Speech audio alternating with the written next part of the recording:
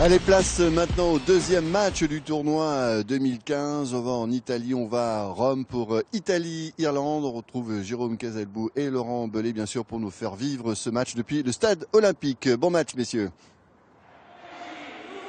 Bienvenue, Lionel, content de vous retrouver. Vous découvrez ce stade olympique de Rome, mi-ensoleillé, un temps variable. Jérôme, c'est vrai que tout à l'heure on avait quelques gouttes de pluie et là eh bien, il y a du soleil.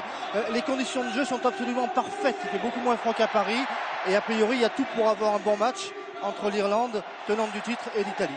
La pelouse a été protégée toute la semaine. Il y a eu beaucoup effectivement de pluie sur Rome tout au long de ces 7 derniers jours, mais là eh bien, il fait bon, il fait beau pour le moment, et puis nous avons deux équipes qui, au dire de leurs entraîneurs, ont envie d'en découdre, ont envie de mettre du mouvement. Bien sûr qu'il y aura de l'engagement, bien sûr qu'il y aura une certaine tension, puisque c'est le début d'une nouvelle compétition avant une Coupe du Monde à l'automne, donc beaucoup de joueurs aussi jouent une place et une carte importante pour leur avenir et leur carrière, mais il n'empêche qu'on devrait voir pas forcément une opposition de style, parce que les Italiens ont les moyens, au moins au niveau de la conquête, de gêner cette équipe irlandaise, mais au niveau des trois quarts on pourra avoir quand même une conservation du ballon d'un côté et plutôt une occupation de la part des Irlandais dans un premier temps. Vous avez vu la Coupe des Six Nations qui appartient à cette demoiselle un petit peu, parce que visiblement elle est irlandaise. Voilà, les Irlandais impressionnants, les Irlandais qui ont remporté 10 de leurs 11 derniers matchs. Dernière défaite des Irlandais, c'était un match en Angleterre à Twickenham, 13-10 l'an dernier. De l'autre côté, eh bien, on a une équipe d'Italie qui, elle, a perdu 10 de ses 11 derniers matchs. Une seule victoire en 2014, c'était ici même face aux Samoa au mois de novembre. C'est une tradition. On est venu d'Irlande pour passer un week-end sympathique à Rome. Il y en a pour tous les styles, il y a des plus jeunes avec des couleurs un peu plus vives. Et puis vous découvrez donc ce stade olympique qui est désormais le stade de l'équipe d'Italie. Flaminio, c'est fini. On va rester dans ce stade olympique parce que lorsqu'on est capable d'amener 70 000 personnes au match de rugby, il n'y a aucune raison pour qu'on le retourne dans un stade de 35 000 places. 6 Nations Championship Trophy. Voilà, l'Angleterre a frappé fort hier en s'imposant au Pays de Galles. Paul O'Connell à la tête de cette équipe d'Irlande, championne en titre des 6 Nations. Les Irlandais sont dans le couloir. On va vous laisser apprécier l'entrée de Paul O'Connell sur ce stade olympique.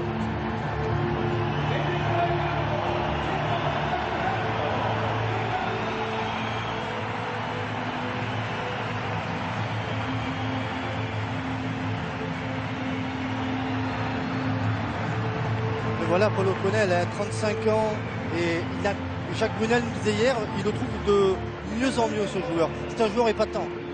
C'est un joueur qui a eu quelques blessures il y a 2-3 saisons maintenant et qui a repris une forme de compétition internationale, et on l'a vu aussi bien réguler le pack du Munster que donner de la confiance aux jeunes joueurs maintenant qui entourent et qui rentrent dans cette équipe irlandaise. Vous voyez ces Irlandais qui seront bientôt rejoints par l'équipe d'Italie dans son vestiaire. On écoute sans doute Sergio Parisse, et qu'on n'a pas à l'écran, mais le capitaine est sans doute celui qui s'adresse à ses joueurs dans le vestiaire. Les Irlandais sont là. L'atmosphère, on va dire, est calme avant ce match. Jacques Brunel, qui était avec nous tout à l'heure, son contrat, logiquement, expire en juin 2016. Donc, a priori, il devrait faire l'année après la Coupe du Monde. Mais il est possible qu'après la Coupe du Monde, on change d'entraîneur du côté italien pour bien se lancer dans une nouvelle aventure. Vous voyez les supporters italiens fidèles à la squadra, qui gagne peu, mais que l'on supporte. Les années impaires sont toujours des années plutôt favorables à l'équipe d'Italie. Elle reçoit 3 fois ces années-là et ne se déplace que 2 fois. Et quelque part en 2013, c'était cette année-là qu'ils ont eu leur meilleure place dans le tournoi, avec une 4e place, 2 victoires, oui, 2 victoires à la clé contre la France et contre l'Irlande. Allez, Sergio Parisse avec Aguero, avec Masi, avec Giraldini dans le couloir. Profitez de ces images.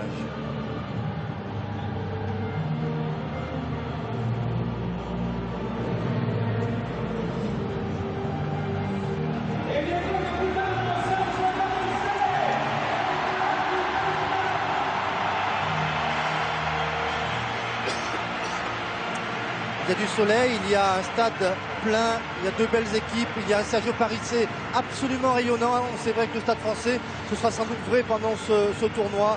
Il y a une belle opposition de style avec un immense défi pour cette équipe d'Italie. On voit Biaggi qui sera titulaire en deuxième ligne aujourd'hui, Zani qui encourage ses coéquipiers. Et voilà Shane O'Brien qui est forfait de dernière minute. S'est blessé sur la dernière accélération de l'échauffement. On reviendra sur la composition des équipes, mais c'est un fait, c'est un moment important de ce match. Shane O'Brien ne sera pas sur le terrain avec l'équipe d'Irlande. Vous voyez Kelly Emona, le néo-zélandais, de mouille d'ouverture de cette équipe d'Italie. Et comme c'est une tradition dans le tournoi, on va commencer par les hymnes et nous allons entonner avec les supporters irlandais le fameux Ireland Call ici au stade olympique de Rome.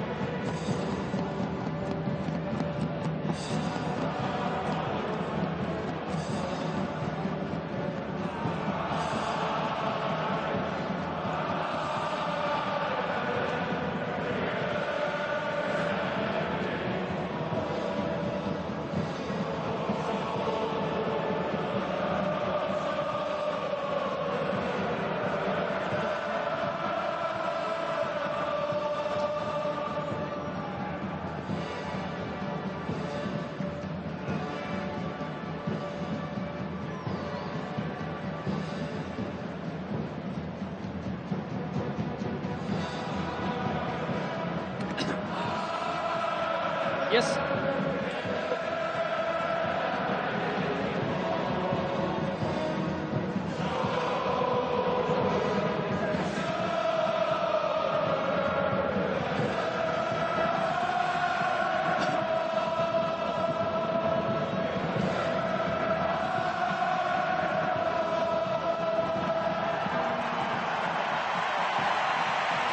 Oh, il n'est pas venu seul, Paul O'Connell, beaucoup de supporters irlandais qui ont donné un peu d'allant à ce Ireland Call. Et maintenant, Fratelli d'Italia au stade olympique, ça se savoure. Même Monsieur O'Brien va savourer ça.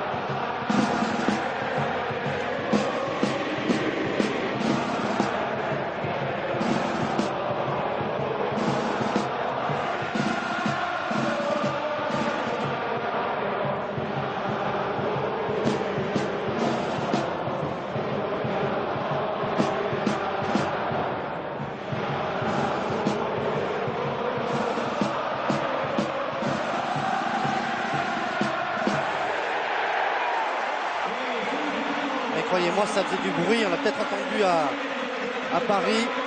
Le cri retentissant des Italiens, comme pour Good afternoon, dire on Jason, existe dans ce and good tournoi. afternoon, everyone. And what a shame for Sean O'Brien, all set for his first 2015, test on for espère que ce sera 15 mieux pour, months, l'équipe and de he was out for the Brunel. On va warm-up, tout de suite avoir, but he doesn't make it onto the field for the start of play.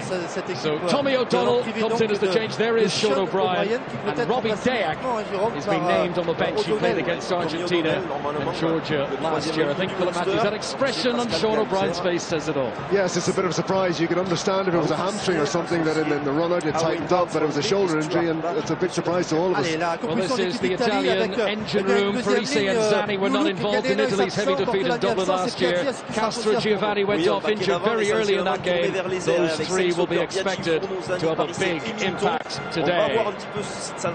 It's the same Italian backline that started all the November internationals, and these players did not manage to score a single try between them in those autumn games. In fact, Italy have not had comme le jeune trois quarts centre Morisi. Massi étant replacé à l'arrière. Voilà cette équipe d'Italie entraînée par Jacques Brunel, et du côté irlandais, eh bien on a pas fait, oui, on a fait le changement. C'est O'Donnell donc qui remplace O'Brien, forfait de dernière minute. Oui, avec McGrath titularisé en l'absence de Sean Healy, blessé de longue date, le pilier gauche très dynamique. Tonner, bien sûr, avec ses 2,08 m, et O'Connell, une seconde ligne de pousseurs. Et puis derrière, eh bien, là aussi, on va voir en l'absence de Johnny Sexton, on va voir Kitley, le jeune demi d'ouverture du Munster, associé préféré à Madigan pour sa complémentarité avec Murray qui évolue avec lui au Munster, et puis aussi une paire de centres, Henshaw Payne, qui ont eux deux et bien simplement 6 petites sélections. Les remplaçants, c'est très jeune du côté des Italiens, tandis que du côté irlandais, on a fait arriver Diack sur la feuille de match, le joueur de l'Ulster. Voilà, tout est dit dans quelques instants.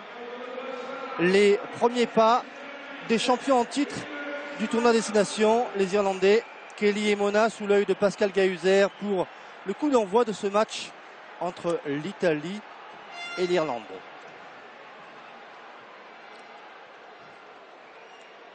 C'est les Italiens qui ont gagné le toss et qui ont choisi d'engager. On voit O'Donnell avec un coup d'envoi très haut. O'Connell qui a été lobé, un ballon récupéré par les Italiens, c'est bien fait ça, premier ballon italien, on a récupéré le renvoi avec Gori pour Giraldini, premier ballon pour Emona qui est utilisé dans la ligne, avec un joueur de plus de 100 kg, et on insiste auprès avec Parissé qui a cassé le premier plaquage. On reste dans le même sens, Giraldini avec le soutien d'Aguero, Gori pour McLean avec Biaggi en percussion. Les soutiens qui sont proches. Et pour l'instant, même s'ils se consomment beaucoup au sol sur cette phase, on peut refaire rebondir l'action avec McLean. Souvent positionné comme un numéro 10. Gori avec Sarto en percussion, bien pris la par Henshaw. Gori la fin de passe. Et voilà, c'est bien fait pour Morisi en avant. Oh, c'était dommage, Jérôme, c'était dommage. Oui.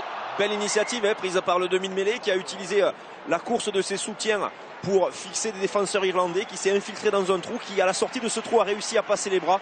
Mais voilà, cette passe a été en avant et ça sera la première mêlée. Mais bonne première possession italienne après ce ballon récupéré sur le coup d'envoi. Il manquait pas grand chose. Première mêlée du match, on revoit Gori. Pour Morisi, dont on dit le plus grand bien, Luca Morisi. Et la première mêlée du match. Important, les Italiens ont perdu leur poutre. Keldon Reese, le second de ligne, c'était vraiment le joueur qui apportait un plus au niveau de la puissance de la seconde ligne italienne. On découvrait le poids des packs, avantage aux Irlandais.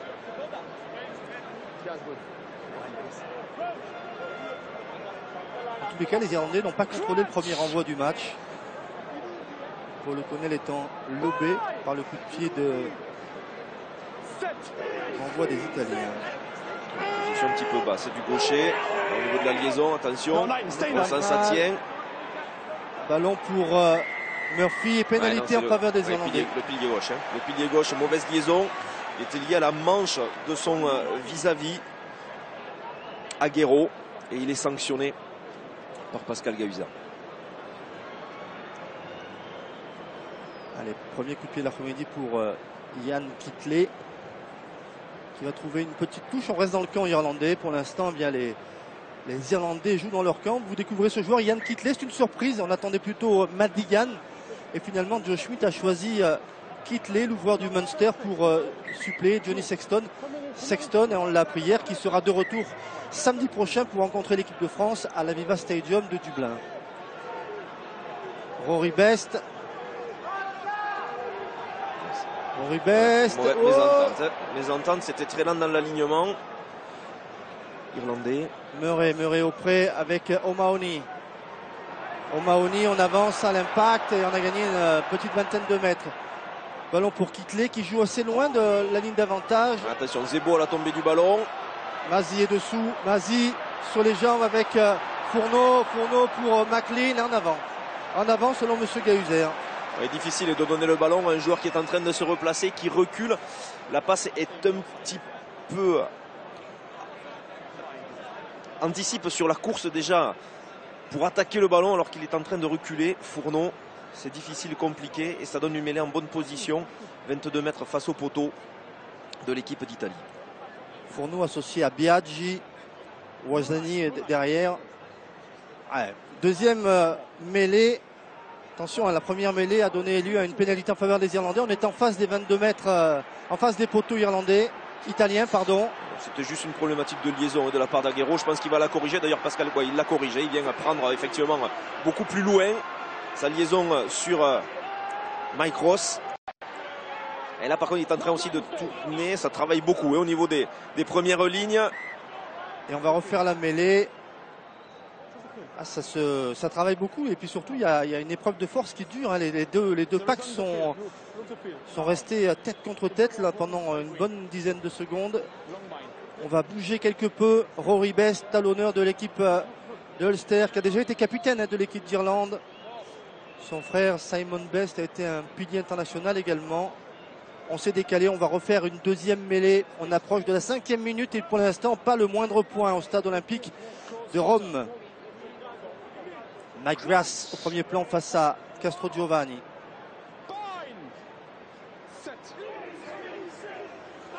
De première ligne très proche, ce qui limite l'impact. Mais l'épreuve de force reste là. C'est stable. Et du côté des deux paquets d'avant, on va devoir l'utiliser du côté des Irlandais. Murphy qui a démarré avec Murray. Murray pour Payne. Payne qui a croisé avec Kearney. Kearney revient ailleurs sur Kittley.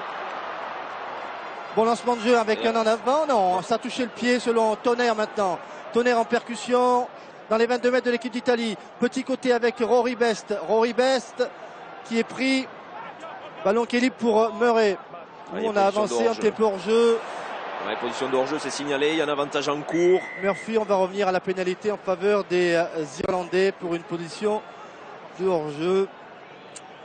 Et pas de mystère, on va prendre les points du côté irlandais. Trop grosse anticipation italienne. Aguero, né en Argentine, qui était arrivé en Italie en 2001. Il a joué à Leicester avant de revenir en Italie. On va revoir cette position avec le numéro 1. Alors certes, le demi de mêlée a les mains sur le ballon, mais vous savez que depuis la saison dernière, la règle a changé. Ce n'est plus lorsque le demi de mêlée met les mains sur le ballon que vous avez la possibilité de monter. C'est lorsque le ballon quitte le sol qu'à ce moment-là, la course défensive peut commencer à s'effectuer. Et là, malheureusement, eh bien, Mathias Aguero n'était pas à jour. Et ça donne la première occasion à Kittley d'ouvrir le score pour l'équipe d'Irlande. Kittley pour ouvrir le score, 22 mètres, légèrement sur la droite des poteaux. Grande concentration de l'ouvreur irlandais et ça passe entre les poteaux, 3-0 pour l'Irlande. Première venue des Irlandais dans le camp italien. 2 phases de conquête concluantes, 2 indisciplines italiennes et les 3 premiers points de cette équipe irlandaise. Kelly Emona qui joue en amateur il y a 2 saisons. Jacques Brunel l'a vu sur une vidéo, il a décidé d'aller voir ça de plus près. On prendra la progression de Emona qui se retrouve désormais avec le numéro 10 de l'équipe d'Italie dans le dos. Devin Tonnerre a pris ce ballon. près de la ligne de touche. Ballon porté des Irlandais. On vient pour essayer d'avancer collectivement. Voilà, O'Mahony qui a le ballon dans les mains. Si ça commence à avancer, ils vont insister. Puisqu'ils sont sortis de la zone des 22 mètres, on va continuer à insister. On va peut-être même attendre la faute d'un Italien. C'est pas le cas. Il va falloir jouer ce ballon. C'est fait, on part. O'Mahony qui a été contré là. Conor Murray avec le jeu au pied. Dessous, il y a Zani. Et il y a Mazi qui prend ce ballon très très haut là devant Tomibo. Gori gêné. Et Murray qui a récupéré, qui peut jouer. Ils ont récupéré le ballon, les Irlandais. Rory Best auprès avec McGrath. McGrath pris par Castrogiovanni. Murray avec Kitley, la passe au pied de Kitley. Mal dosé, Sarto. C'est bien vu parce qu'il n'y a pas de couverture. Et le ballon qui va sortir en touche. Les Italiens qui reviennent dans le camp des Irlandais. Important. De suite, ils ont repris la pression parce qu'il s'en manquait un petit peu de monde pour protéger Gori sur un point de rencontre. Et là, Sarton le voit, lève la tête, ajuste son coup de pied.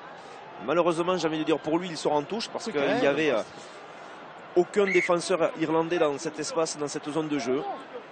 Tiens, un alignement raccourci par les Irlandais. Ballon peut-être pour Paul O'Connell.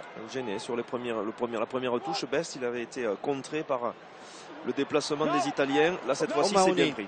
O'Mahony a pris ce ballon avec O'Donnell. On vous le répète, hein, O'Donnell qui a remplacé Sean O'Brien qui s'est blessé à l'échauffement. Ce qui pose la question, Laurent, Sean O'Brien qui n'avait quasiment fait aucun match depuis sa blessure, si ce n'est un match d'entraînement contre l'Angleterre A. Ouais. Allez, un ballon pour les Italiens qui sont à nouveau pénalisés. Il y avait un avantage en cours. Hein. On était rentré sur le côté du Mol, du côté du troisième ligne italien, Alessandro Zani.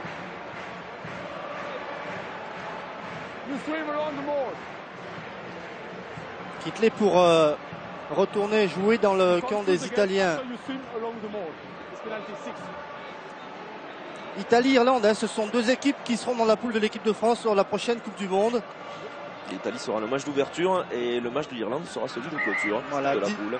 19 septembre, France-Italie pour la Coupe du Monde. Vous voyez pour l'instant les statistiques irlandaises en touche dans le tournoi 2014. On saute souvent en milieu d'alignement, souvent sur Paul O'Connell, comme ici. Murray avec Kitley avec Payne qui attaque la ligne. Ballon pour Murray à nouveau, Murray pour Kitley intérieur et des petits soucis quand même, des petits soucis quand même d'animation offensive pour les Irlandais. C'est normal, hein, de toute façon, on l'avait dit un petit peu en présentation de cette rencontre, bien sur l'axe 10-12-13, peu de temps de jeu. C'est certes les joueurs comme Kitley qui jouent au Munster, Payne joue à l'Ulster, Henshaw joue au Connacht. Et ils n'ont pas de vécu non plus international en commun. Donc ça demande quelques temps, quelques matchs d'adaptation.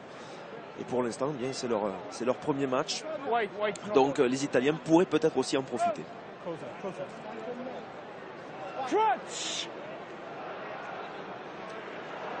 3-0 pour l'Irlande dans ce stade olympique qui a fait le plein pour ce match d'ouverture. Il reste quelques petites places, mais il y a plus de 60 000 personnes avec une mêlée italienne qui essaie d'avancer. C'est compliqué parce qu'en face c'est solide, mais on arrive quand même à avancer. Et a priori, pénalité pour l'équipe d'Italie qui rend en quelque sorte la monnaie de la pièce aux Irlandais. Et le gaucher, Jack McGrath, pénalisé face à Martin Castrogiovanni. Prend la pression, efface l'épaule et amène la mêlée au sol. Ce qui va permettre à Emona de dégager son camp. Emona qui va trouver la touche, toujours dans le camp irlandais. Domination territoriale des Italiens depuis le début de la partie, mais pour l'instant, l'avantage est aux Irlandais grâce à une pénalité de Kitley. Difficile sur les images de se faire une idée puisque c'est côté opposé caméra que s'est passé la faute. Giraldini avec un alignement raccourci par les Italiens. On vous disait beaucoup de sauteurs et donc... Et ils sont contrés. Non, on a pris le ballon avec Fourneau. Emona milieu de terrain avec Parisset lancé, qui a cassé le premier plaquage. Gori pour Emona. Emona avec McLean. McLean pour Campagnaro.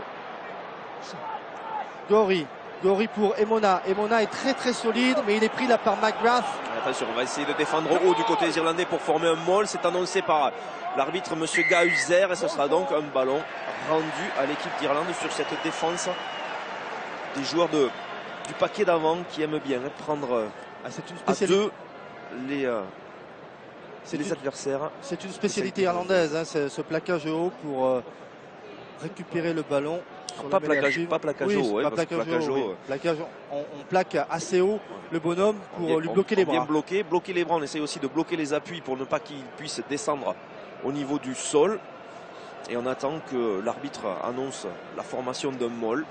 Regardez, un ballon porté. Ce que voit l'arbitre, c'est la caméra de l'arbitre. Et dans ce cas-là, eh bien, la règle dit que si le ballon n'est pas extrait rapidement, la mêlée est rendue à l'équipe qui n'a pas formé ce maul.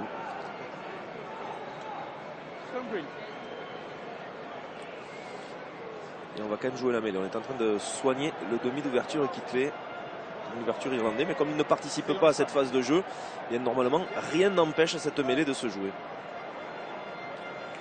3-0 avec un match qui est parti à piano, notamment du côté irlandais.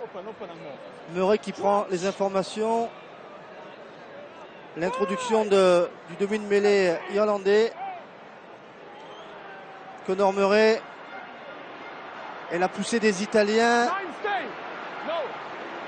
Ballon pour Conor Murray. Murray avec Kitley. Kitley joue au pied d'occupation. Mazzi qui récupère ce ballon en deux temps. Et Mazzi qui n'est pas vraiment content de son dégagement. On va rester dans le camp italien. Andrea Mazzi qui avait été élu un meilleur joueur du tournoi. Je crois que c'était en 2011. Un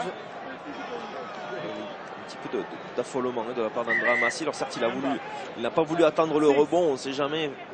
Celui-ci aurait pu amener le ballon vers la touche.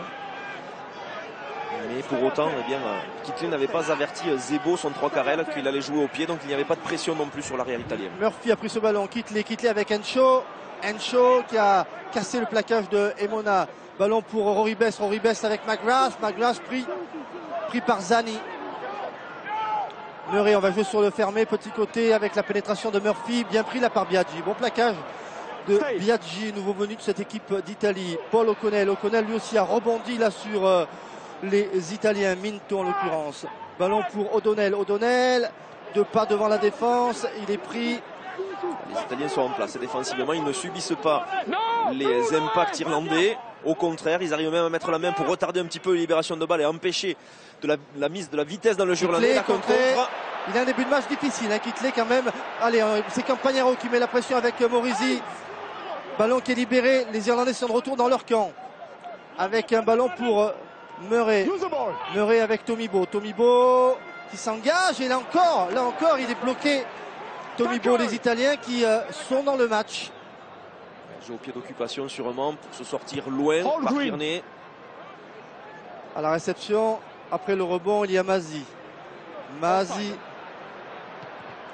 c'est ballon rendu sans souci pour Rob Tierney qui va prendre le temps d'allonger son long jeu au pied pour trouver une touche. Non, il n'a pas trouvé la touche. Je voyais pas Massi faire preuve d'une volonté d'aller chercher ce ballon pour jouer, alors qu'il y avait une situation de relance qui pouvait être intéressante.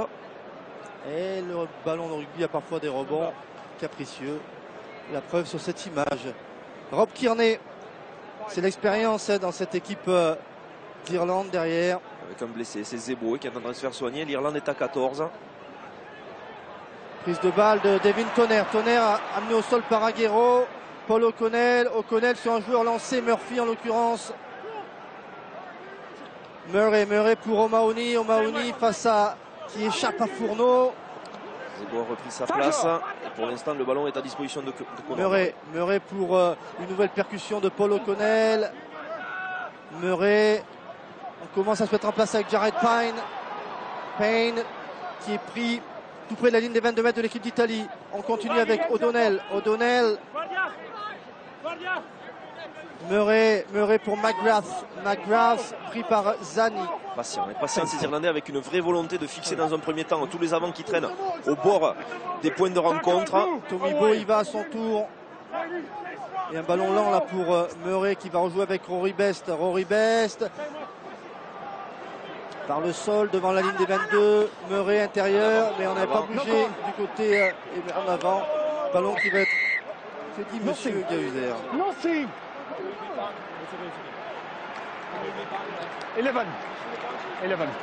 On appelle Zebo. On peut lui parler français. Hein.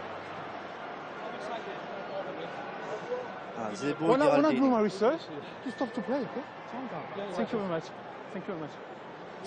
voilà, il a appelé Giraldini et Zebo. Et nouvelle mêlée tout près de la ligne des 22 mètres de l'équipe d'Italie. L'homme de Montfort en Chalosse, Pascal Gahuzer, l'a décidé ainsi. Les Italiens pour l'instant sont en place défensivement, ils plaquent, ils contestent, rien à dire, mais par contre c'est vrai qu'avec une troisième ligne comme elle est construite aujourd'hui avec Minto, Parissé et Zani, il y a des joueurs, des coureurs, il y a des sauteurs, mais on manque de gratteurs-récupérateurs. Eh bien, c'est les absences de Barbieri et de Favaro, absences importantes qui ne permettent pas forcément aux Italiens de pouvoir récupérer des ballons et lancer des contre-attaques. Donc il va falloir peut-être être patient du côté de l'Italie et comme là, eh bien, juste sur des impacts défensifs, récupérer le ballon sur des fautes de main irlandaises. On a vu les statistiques de la mêlée depuis le début de la partie. L'introduction pour Gori. Pour l'instant, la mêlée italienne est plutôt bonne. On a du mal à se stabiliser au niveau du pilier gauche italien, Aguero, face à Mike Ross.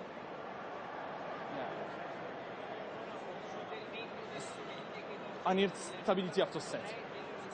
Scrum again. Voilà, il demande de la stabilité. C'est Sean O'Brien, un joueur de rugby obligé de quitter le navire avant le match. Forcément, un joueur très déçu.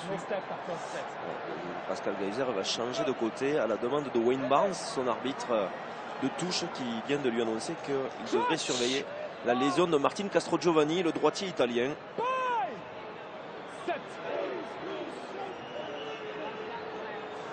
Et souvent, et là par contre... Allez, coup franc pour les Italiens avec Gori. Gori pour Emona. Emona avec un très très long jeu au pied, mais il rend le ballon à Rob Kearney. Et Kearney raffole de ses ballons de relance. Kearney qui s'engage pour donner un peu d'allant à cette partie qui en manque.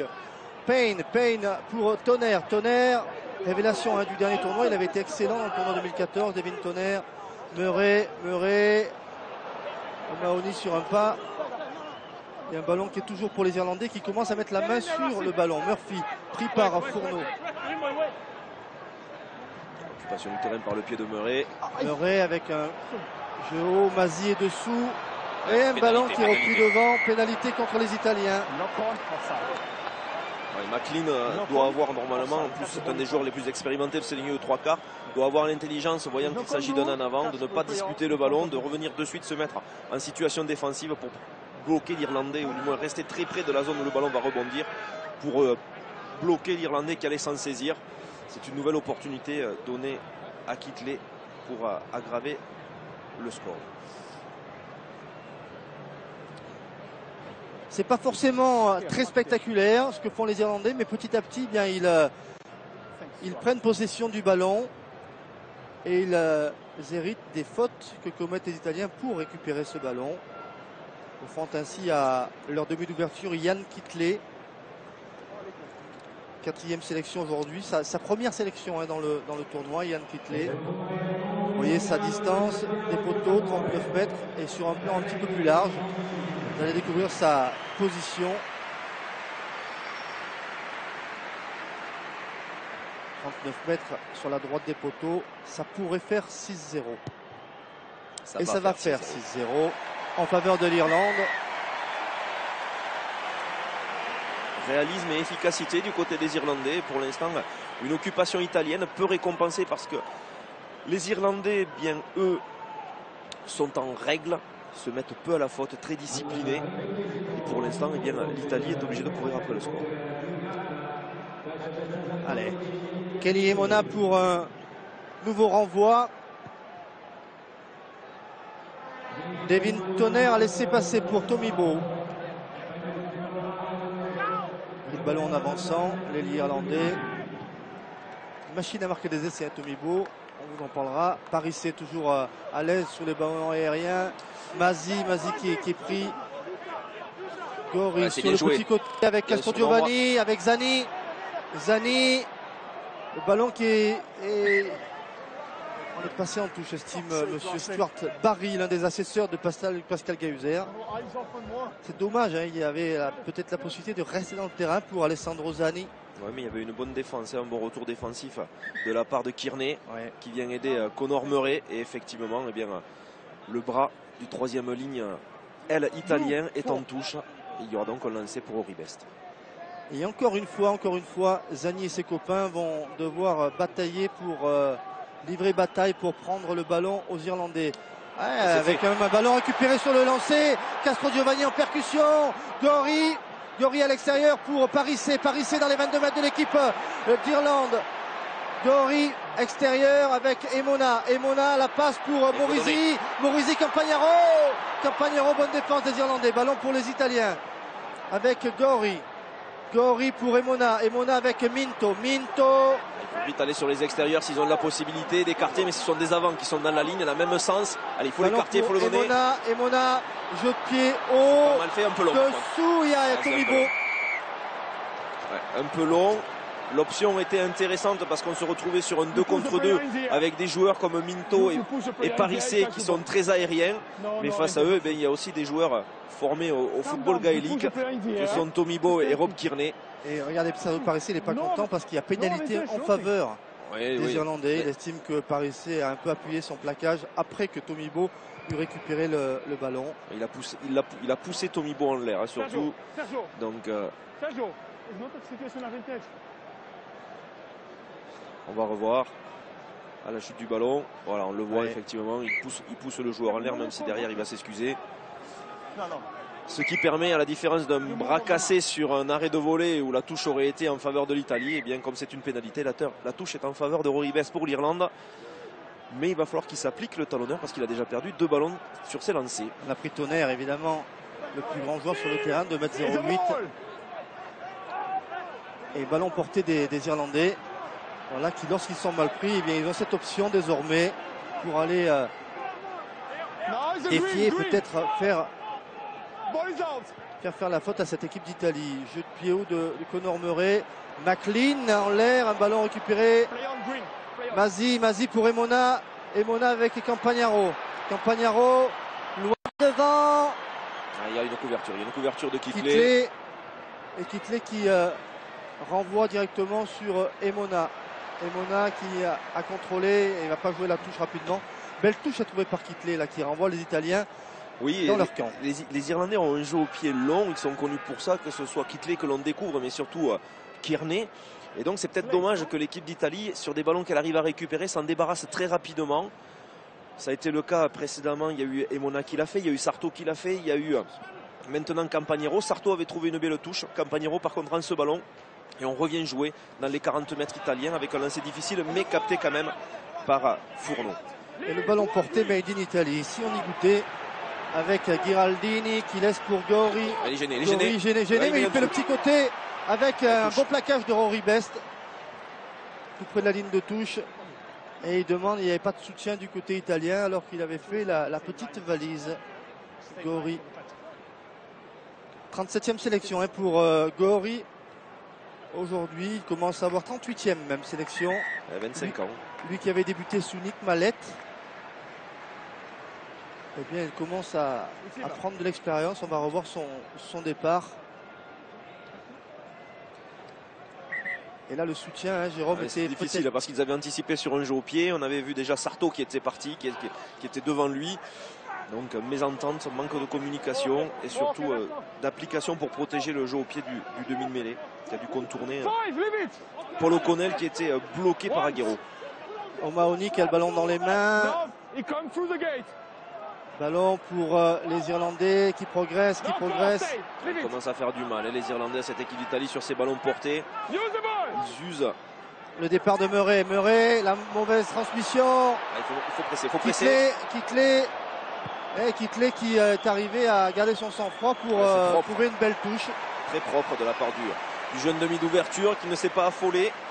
alors qu'il était dans une situation de pression. Dommage parce que cette avancée était vraiment profitable. Là c'est Conor Murray hein, avec il a été malheureusement pas aidé par une course trop plate, du moins il avait anticipé un petit peu trop son 3/4 centre Robbie Henshaw alors qu'il était dans l'intervalle.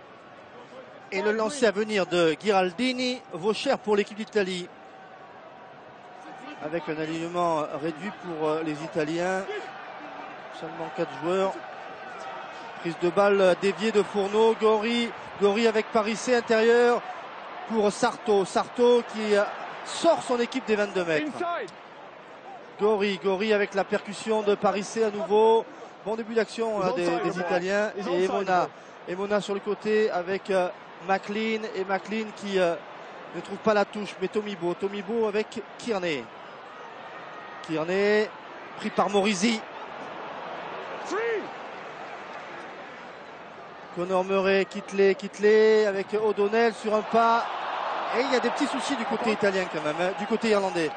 Ballon récupéré, il y a avantage en cours pour les Italiens avec Ghiraldini. Ça va être intéressant s'ils arrivent à la sortir sur les extérieurs. Et c'est un petit peu lent. Et du coup, la défense irlandaise s'était repositionnée. On reviendra donc à l'en avant. Des petits ballons de Robbie Henshaw dans cette équipe, dans ce jeu irlandais. On a connu des Irlandais avec un jeu un peu plus précis. Alors certes, il y a des changements. C'est ça, hein, on a connu des Irlandais où étaient associés depuis très longtemps Darcy O'Driscoll, lancé par Sexton, puis avant c'était par Ronan O'Gara. Donc là maintenant, eh bien, ils reconstruisent eux aussi ces Irlandais, mais ils reconstruisent sur une certaine confiance puisqu'ils ont eu quand même des résultats. Et de quels résultats en 2014 et même sur la tournée de novembre, alors que les Italiens ont aussi des jeunes joueurs, mais malheureusement ils se construisent dans la défaite, ce qui entraîne moins de certitude et un peu d'appréhension. Pour l'instant les Italiens sont dominés dans la possession, mais ils font front en défense, ils mettent même sous pression cette équipe irlandaise, mais ils ne récupèrent pas suffisamment de ballons pour pouvoir ouvrir le score et revenir juste au contact de l'équipe du trèfle. Vous voyez, hein, ça c'est nos amis qui réalisent ce match. Eh bien, la composition de cette équipe d'Irlande avec cette nouvelle paire de centres, Henshaw, Payne. D'ailleurs, c'est un petit peu plus traditionnel, même si Zebo était blessé l'an dernier, il n'avait pas disputé le tournoi. On l'avait vu en 2013, notamment lors d'une splendide victoire des Irlandais à Cardiff. Castro Giovanni avec Ghiraldini. On approche de la demi-heure de jeu et pour l'instant, avantage toujours à ceux qui sont les favoris de ce match, les Verts de l'équipe d'Irlande. Ils mènent 6-0. 2 pénalités de Ian Kittley.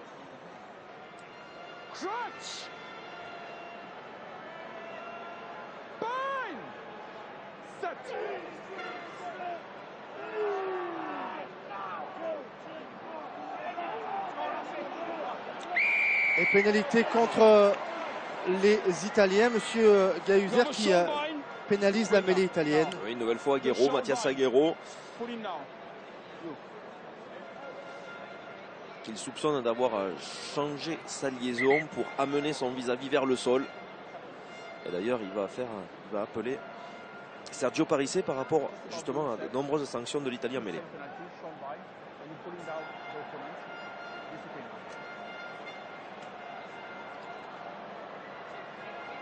On voit le tirage effectivement d'Aguero. On voit les deux, hein, si vous voulez mon avis. Ouais, mais quelque part on voit quand même la pression et la tension, la torsion de la main d'Aguero sur le maillot de Ross avec une liaison très très courte. Et normalement les liaisons en mêlée doivent se faire au niveau de l'épaule ou au-dessus de l'épaule, sur le flanc à la rigueur, mais sûrement pas au niveau de la poitrine, voire au niveau de la manche. Et c'est ce dont est sanctionné Mathias Aguero. Allez, Kittley avec un bon jeu au pied a ramené le jeu dans les 22 mètres de l'équipe d'Italie. Vous voyez le nombre de plaquages italiens, 54 et 30 pour les Irlandais. 4 plaquages ratés par les Irlandais, 1 plaquage raté par les Italiens. Ballon pour O'Connell avec Henshaw qui est allé avec gourmandise là dans la défense italienne. Murray pour Payne. Bonne défense là de Ghiraldini. Murray, c'est un ballon rapide avec Tonnerre qui percute et qui renverse Parissé. Murray pour O'Mahony. Voilà le jeu irlandais tel qu'on l'a apprécié tout au long de 2014. Ballon pour Zebo, l'un des rares ballons. Il vient le chercher dans la ligne, son ballon, l'ailier irlandais. Murray avec des ballons rapides pour McGrath. McGrath contré, on essaie d'arracher avec Minto. Ballon pour les Irlandais. O'Mahony, bonne défense des Italiens qui font reculer les Irlandais. Murray avec Zebo. Murray, même sens. Sur le fermé avec Best, Rory Best. On va changer, on est arrivé sur la zone des 5 mètres. Murray, McGrath lui aussi a contré. Premier long temps de jeu des Irlandais qui accélèrent avant la fin de cette première mi-temps. On va rester dans le petit périmètre. Ils sont vraiment concentrés sur une moitié de terrain. Ils commencent à prendre la largeur maintenant. Avec Kitley qui a croisé avec Zebo. On va peut-être arracher ce ballon avec Campagnaro. Pénalité pour les Italiens. Et ça, le stade apprécie. Les Irlandais qui ont réussi dans un premier temps à mettre de la vitesse sur leur action, qui avaient un petit peu déstabilisé, joué dans le dos de la défense italienne. Et puis sur un dernier impact, c'est l'Italie qui a réussi à faire reculer cette équipe irlandaise. Il a fallu du temps pour se reconstituer, se reconstruire une ligne offensive. Et on a choisi un petit peu de rejouer avec les trois quarts, alors qu'avec les avants, ils auraient pu être un petit peu plus patients et retrouver l'avancée. Ils se sont désolidarisés des soutiens de leurs avants et se sont retrouvés ensuite en difficulté avec Zebo au contact de 3 joueurs italiens sur leurs appuis. Et c'est finalement, me semble-t-il, Campagnaro qui sera récompensé pour avoir gratté ce ballon, même si on montre Ghiraldini qui a participé à la phase de plaquage. Castrogiovanni et les Italiens qui pour l'instant sont dans le match. Bon coup de pied là de Emona qui a ramené le jeu dans le camp irlandais. Long coup de pied de l'ouvreur italien. Prendre le ballon maintenant du côté italien, c'est manqué, c'est O'Connell qui a dévié ce ballon, Zani qui contre, Murray en reculant pour Zebo encore une fois pris, cette fois il libère son ballon. Murray avec Kitley, la chandelle, dessous il y a Masi qui est pris là par Kearney. On vient protéger du côté italien avec Minto qui attend Campagnaro, Ghiraldini face à Encho. Ballon lent pour les Italiens. Gori qui va jouer sur le petit côté, sur le fermé avec Zani qui a renversé le premier défenseur irlandais. Et aucun Irlandais consommé, alors qu'il y a 5 joueurs italiens au sol. On va jouer par du pied. C'est bien joué, mais Parissé est devant, il ne faut pas qu'il joue. Il était devant le coup de pied. Et voilà, il est parti avant le coup de pied.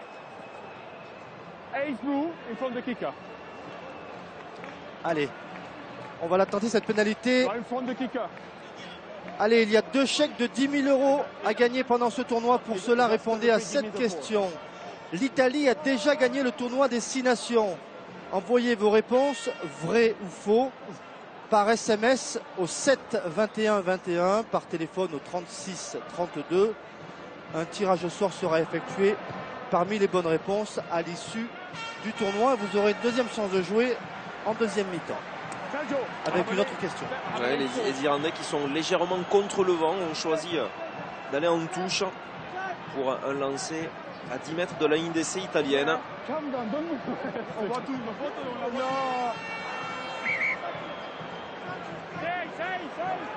Un peu plus de 6 minutes avant la fin de cette première mi-temps assez équilibrée, même si les Irlandais dominent depuis quelques minutes. Ballon pris par Devin Tonner en fond d'alignement et on va s'organiser sur un ballon parté. Zani essaie d'attraper le ballon, mais le ballon il est loin derrière dans les bras de Rory Best. C'est bien parti du côté irlandais. Oui, mais on arrive à s'enrouler du côté de Martin Castrogiovanni, mais il est pris à la faute et ça sera une pénalité si jamais ça ne va pas au bout. La passe au pied, dessous il y a McLean face à Tomibo, ballon récupéré, on va en touche et on va revenir à la pénalité dont parlait Jérôme. Pénalité en faveur des Irlandais qui a priori devraient la tenter. Pénalité sous les poteaux. Les cycles se répètent, Laurent. Si on regarde un petit peu comment sont arrivés les 6 premiers points irlandais, très souvent c'est une première pénalité. On vient ensuite jouer dans le camp des Italiens sur une touche et sur la touche qui suit, une deuxième pénalité. Eh bien, ça risque à faire un 9 points pour l'équipe d'Irlande. Tandis que Zani est au soin. Il boite le troisième lignal italien. On revoit. Biaggi comme Castrogiovanni qui n'était pas passé par le cœur du maul pour venir se saisir du joueur irlandais porteur du ballon et qui avait légèrement glissé, coulissé sur les côtés, ce que ne permet pas la règle. Allez, Yann Kittley pour son 3e coup de pied de l'après-midi. Pour l'instant, 100% de réussite pour le nouvel ouvreur de cette équipe d'Irlande qui, a priori, devrait laisser sa place samedi prochain à Sexton. Kittley, 22 mètres quasiment face au poteau. Cela devrait donner 9 pour l'Irlande et 0 pour l'Italie. C'est le cas.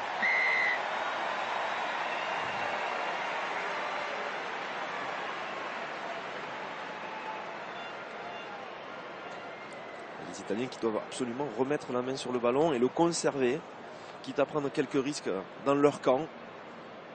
Mais ils ne peuvent pas se permettre de rendre comme ils le font pour le moment avec Gori ou Emona.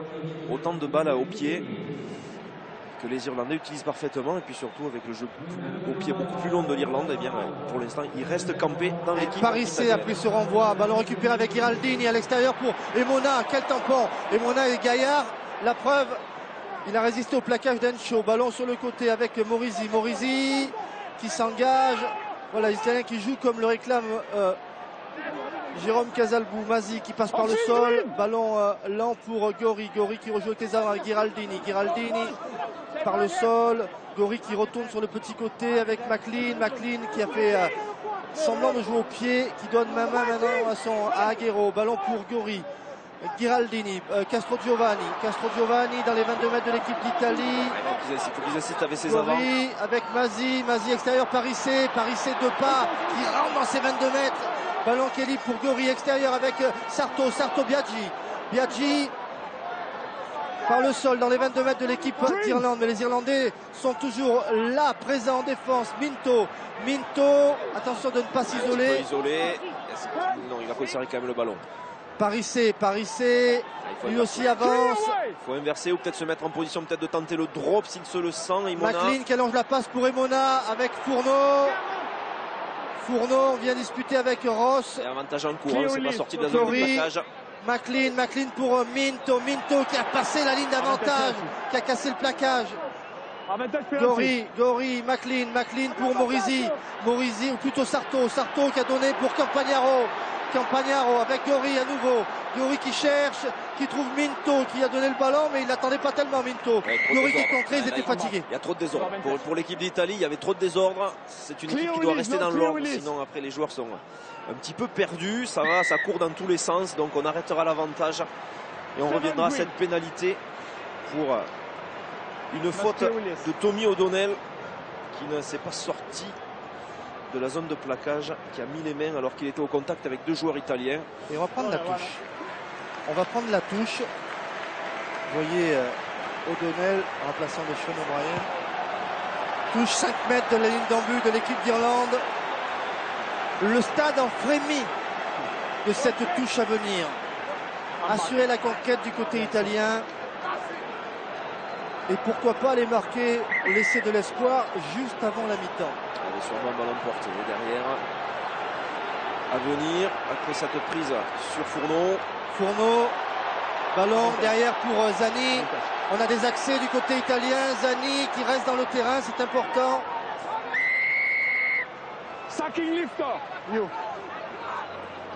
Nouvelle pénalité contre les Irlandais. Ça s'énerve un petit peu. Film de bien méchant apparemment. Et on restera sur la pénalité. First infringement. You take out the lifter. Faute irlandaise une nouvelle fois. Ça c'est O'Mahony qui est au sol. First infringement, line out, take out the support. One green. C'est le pilier gauche, McGrath, Can they qui hold a him été in the air pénalisé for that pour one? avoir Don't close the gap, please. Okay, good. Just don't allow him effacé, over here. poussé Very hard. le soutien. But clear infringement, you take the support out. Fourneau qui était monté chercher ce ballon. On voit Stuart Barry qui donne des indications à Pascal Gahuzer. O'Mahony qui est au sol. Nouvelle pénalité pour les Italiens. A priori, elle est un peu moins excentrée. Je ne suis pas sûr qu'Imona soit très en confiance sur les buts. On revoit là, le plaquage effectivement du pilier. Du pilier gauche, on le voit qui vient effacer le soutien. Sergio Parissé. Ouais. Murphy, numéro 8 de cette équipe d'Irlande, il a la lourde charge de remplacer Jamie et Slip. Et pour O'Mahony, eh bien, ça va aller. Alors on va tenter cette fois-ci. Allez, les Italiens, juste avant la mi-temps, ils ont une pénalité pour inscrire leur premier point de l'après-midi. Ils sont menés 9-0, 9-3. Eh bien, la mariée serait un petit peu plus belle à rentrer au vestiaire. C'est sympa pour l'après-midi, pour sortir aussi peut-être ce soir. Côté italien, mais on vient dans la bonne humeur voir le match de rugby des 6 nations. C'est le 76e match des Italiens dans le tournoi des 6 nations depuis l'an 2000. Et pour l'instant, 11 victoires, 1 nul et 63 défaites pour l'Italie. Difficile de gagner des matchs. Et pour gagner des matchs, il faut un bon buteur. On va voir si Kelly Emona peut entretenir les espoirs italiens s'il réussit cette pénalité. Oui, Emona. Et bien voilà, 9-3. Les premiers points italiens de cette première mi-temps. 9-3, une mi-temps assez... on s'est beaucoup regardé. Les Irlandais ont pris un peu l'ascendant. Mais les Italiens qui remettent le nez à la fenêtre, ça nous promet une belle deuxième mi-temps. Une petite page de pub. Mais on retrouve Lionel Chamoulot avec tous ses invités. À tout à l'heure.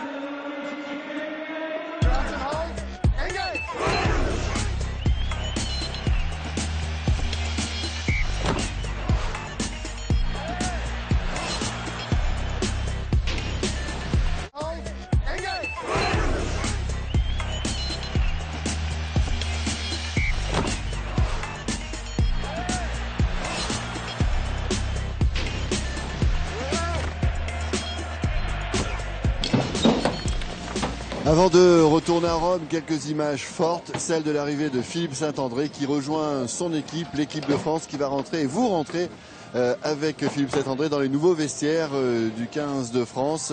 Un moment très particulier avec des joueurs, on le voit Raphaël, qui pour certains s'isolent avec un casque sur les oreilles avant d'aller chercher leur place dans le vestiaire.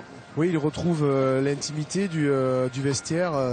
On sent évidemment beaucoup de concentration chez les joueurs. La remise du maillot a été faite il y a déjà quelques minutes, mais à l'hôtel. Et donc là, c'est maintenant un moment très fort, très particulier. Ils vont rentrer chacun dans leur préparation, mais avec un objectif aussi. Pas simplement se préparer pour eux-mêmes, mais il faut l'espérer, retrouver aussi très vite l'esprit collectif pour attaquer le match. Alors on s'aperçoit qu'effectivement on va à sa place et il n'y a pas beaucoup d'échanges entre les joueurs. On reste avec ces images que nous propose Fred Godard parce que c'est assez rare d'être invité comme cela à partager ce moment-là. C'est 1h30 avant le coup d'envoi environ et on va se rendre compte que Philippe Saint-André va se charger lui-même de fermer la porte parce que là il faut rester entre soi tout de même. Oui, bien évidemment, c'est un moment très particulier où peut-être que le manager aura quelques mots pour ses joueurs. Certainement, et au moment d'ailleurs où le Stade de France commence à prendre un petit peu plus de vie puisque les premiers spectateurs s'installent pour ne rien manquer de l'avant-match. Eux aussi, on a vu dans ce stade d'ailleurs les images que vous proposez Fred Godard s'afficher sur les écrans géants et tout le monde est dans l'avant-match de cette rencontre. Nous on va revenir à Rome pour retrouver les Italiens menés au score. Une première mi-temps un petit peu comme ci comme ça, c'était un petit peu moyen comme entame, mais peut-être qu'en deuxième mi-temps il va se passer plus de choses. 9-3 pour l'Irlande. On va retrouver pour cette deuxième période nos envoyés spéciaux qui ont eu le temps de reprendre leur souffle également pour retrouver donc Jérôme Casalbou et Laurent Belay pour la deuxième mi-temps de cette rencontre, messieurs.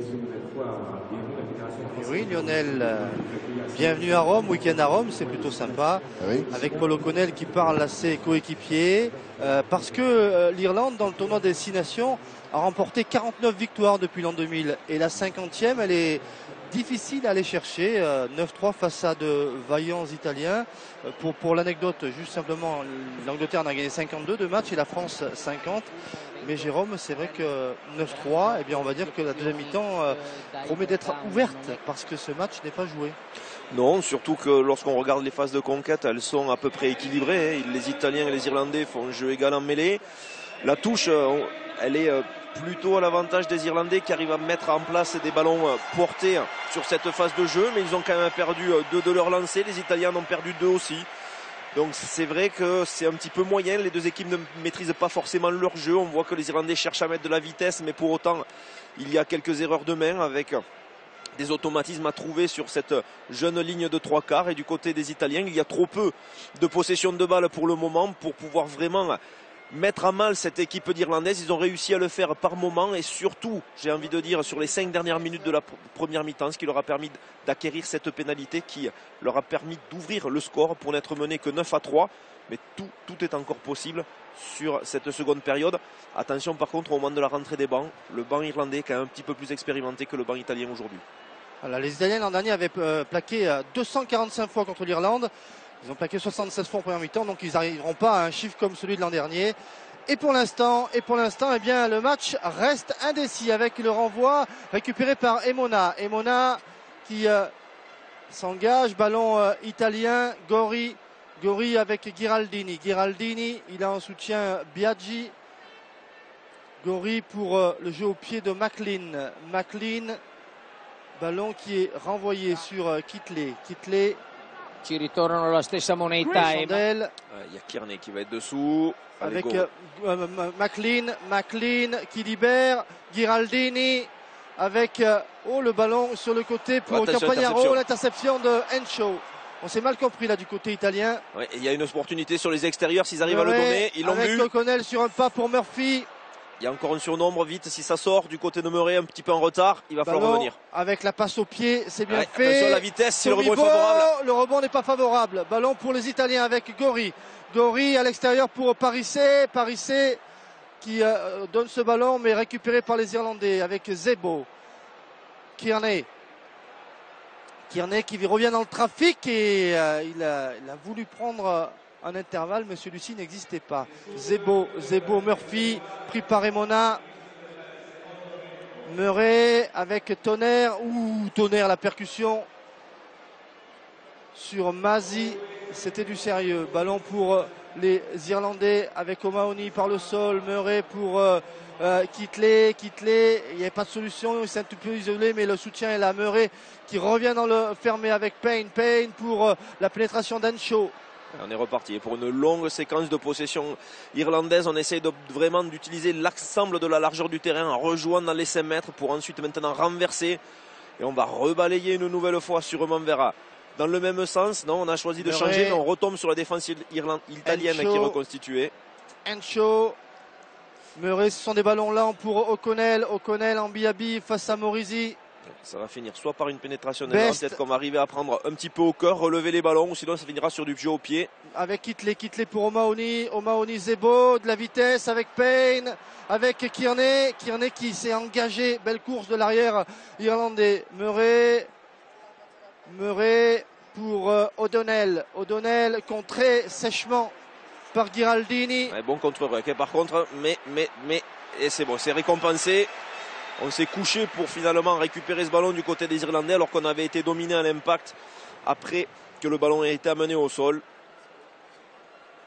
Et la patience et la discipline italienne, ce qui n'était pas le cas les années précédentes. Et ce qui avait fait un petit peu défaut en première mi-temps, puisque c'est essentiellement par rapport à l'indiscipline qu'ils ont scoré, les Irlandais. Ouais. Bien, ils arrivent maintenant à contrer cette équipe irlandaise sur leur longue séquence. Ce qui est de bon augure pour le reste de la mi-temps. Allez, 8 pénalités contre les Italiens en première mi-temps, 4 contre les Irlandais. Vous rajoutez celle-là, ça fait 5 pénalités contre les Irlandais. 8 pénalités contre les Italiens depuis le début de la partie. On retourne après cette reprise pour expliquer la faute irlandaise. On retourne dans le camp irlandais avec Giraldini pour un lancer italien. Ils ont perdu un ballon sur leur lancer des Italiens en première mi-temps. Giraldini avec la prise de balle de Fourneau pour Gori, Emona, Morisi qui est venu avec beaucoup d'intensité là. Gori pour Giraldini qui a évité le premier plaquage des Italiens qui avancent. Gori pour Emona avec Campagnaro qui est pris un peu en haut là. Ballon toujours italien, Emona pour Castrogiovanni sur un pas avec Parissé. Rory Best, O'Donnell pour O'Mahony pris là par Castrogiovanni. Ballon pour Murray. Murray-McGrath. Murray à nouveau pour Kitley.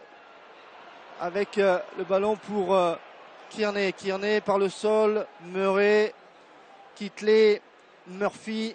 Ça fait beaucoup de passes devant la défense du côté des Irlandais, mais on a du mal à y rentrer dans cette défense italienne. Kitley qui allonge la passe. On était venu en pointe avec Campagnaro là pour découper de l'Irlandais.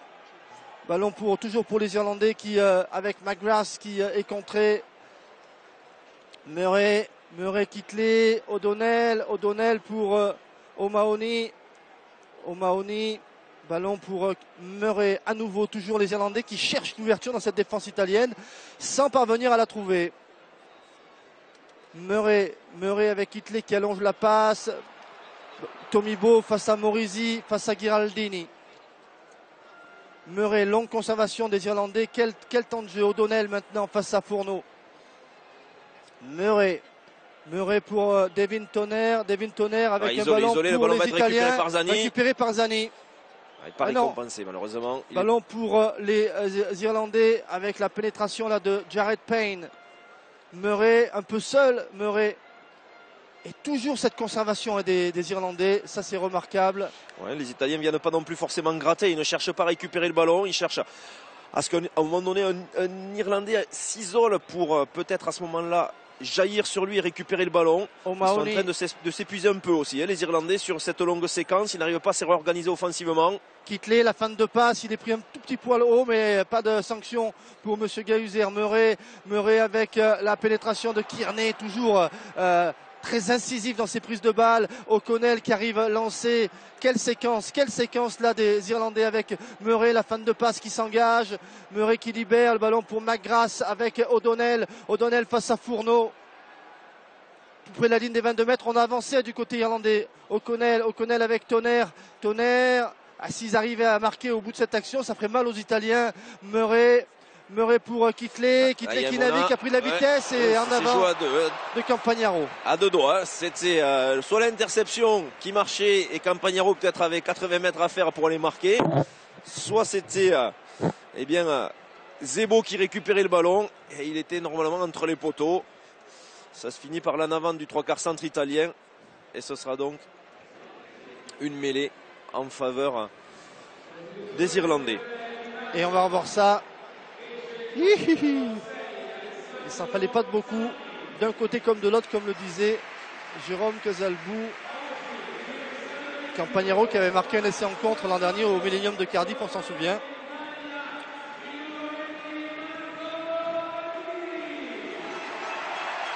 Allez, changement du côté italien. C'est Zani qui est sorti. Et l'entrée en jeu de Marco Barbini, c'est lui. Zani qui avait été touché en première mi-temps. Barbini, jeune joueur de Trévise, qui découvre le tournoi Destination. Vous voyez au niveau du talonnage, il y a aussi des Irlandais. La différence des plaquages, 130 plaquages déjà pour les Italiens, avec cette longue séquence que leur ont imposé les Irlandais. Betts qui sort. Et Sean Cronin qui rentre. C'est un protocole commotion pour Rory Best.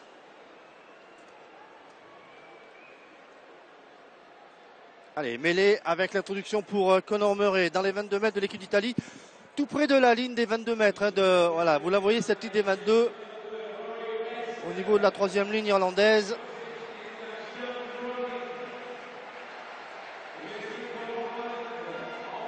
Allez, M. Gahuzer qui va... Ouais, regardez, la pelouse a souffert. Là, il y a vraiment eu des dégâts au niveau de la pelouse. Après cette mêlée, cela vous donne une idée de la puissance des deux mêlées.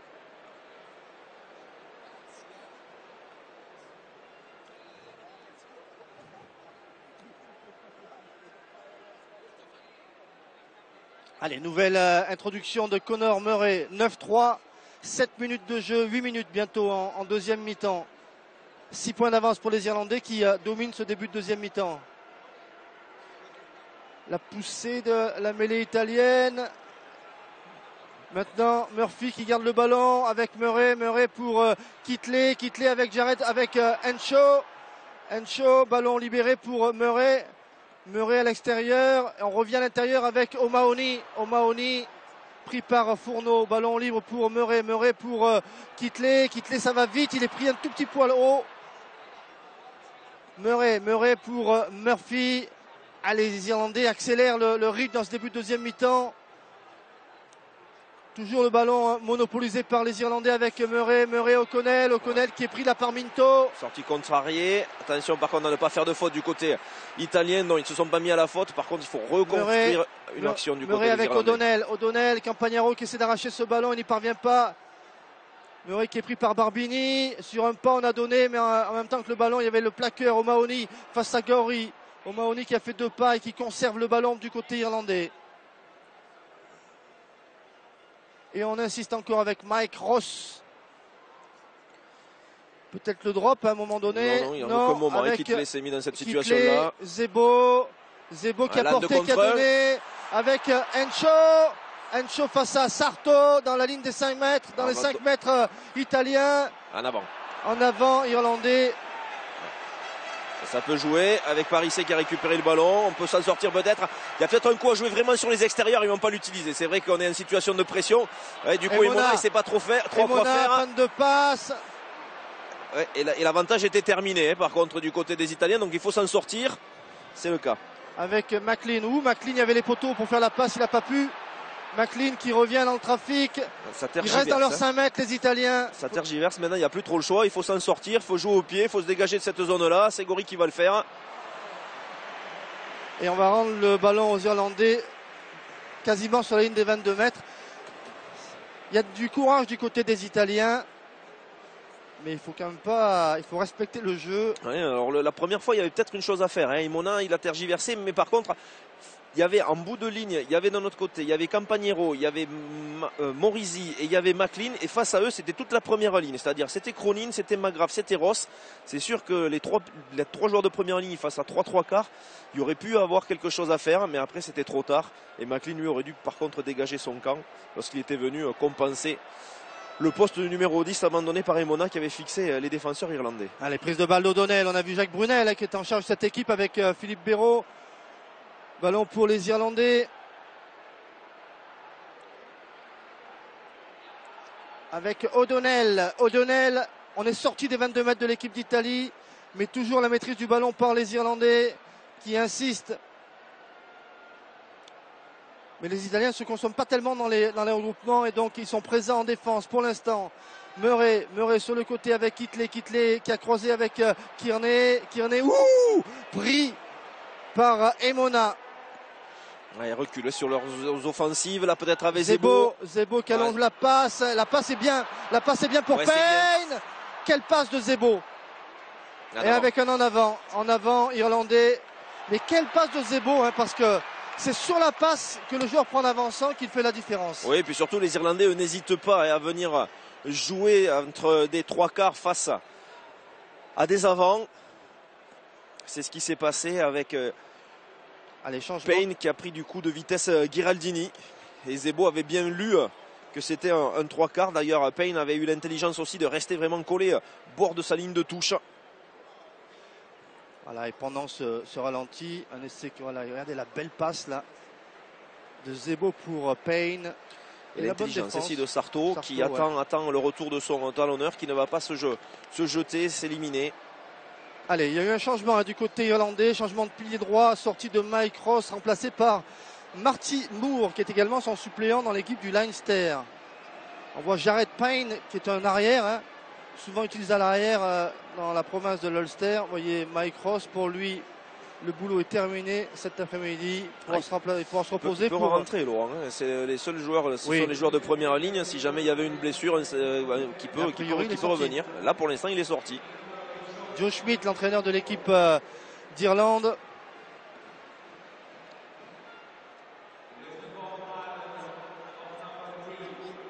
Avec un ballon qui reste là et on n'arrive pas à le talonner, ce ballon. Ça y est, quelle image là qu'on nous proposait, avec les Italiens qui font l'effort. Et voilà, pénalité pour la mêlée italienne. Et ça, c'est un moment important du match. McGrath qui est pénalisé, le gaucher. Une mauvaise position signalée par Wayne Barnes, l'assesseur de Monsieur Gahuser. Ah, ils ont résisté les Italiens. Martin Castrogiovanni, le Toulonnais, qui livre encore un bon match sous le maillot de l'équipe d'Italie. Allez, Luke McLean pour trouver une touche et surtout aller jouer dans le camp des Irlandais. Ça sera encore dans le camp. Ils sont un petit peu contre le vent, hein, les Italiens, cette seconde période. Et un changement du côté italien avec la sortie de Aguero et l'entrée de Marquis.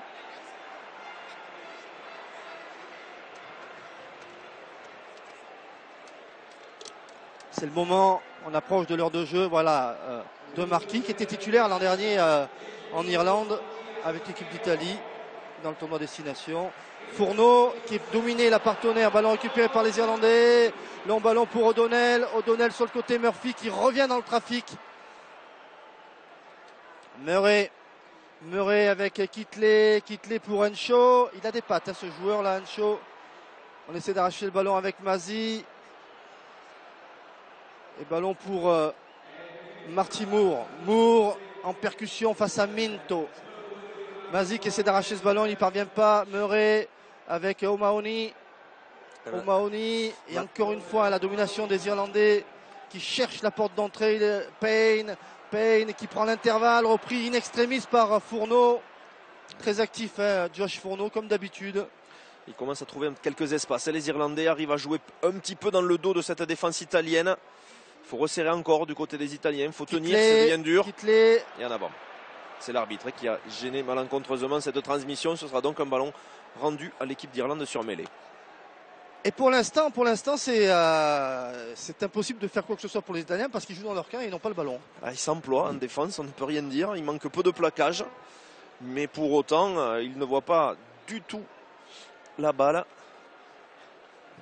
Et les Irlandais, pour l'instant, aussi n'en profitent pas complètement.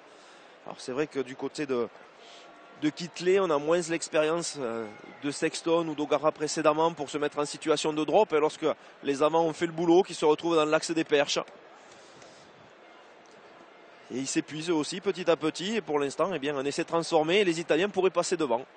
Joe Schmidt qui est à la tête de cette équipe, le 15 du trèfle, comme on l'appelle, cette équipe d'Irlande.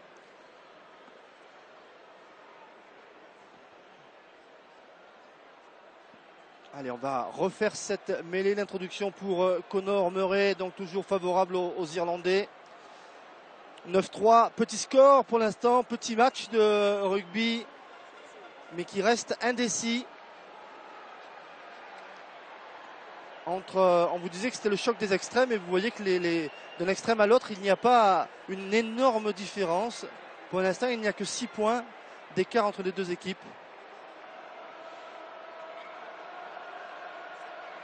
Et M. Gahuser qui va...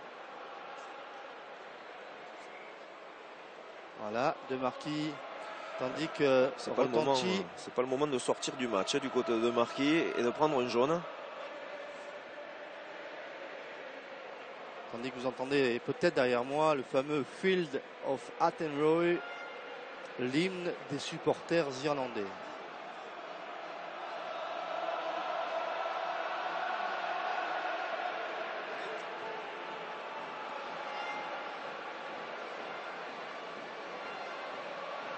Oh, la mêlée italienne qui est pas mal et qui est pénalisée.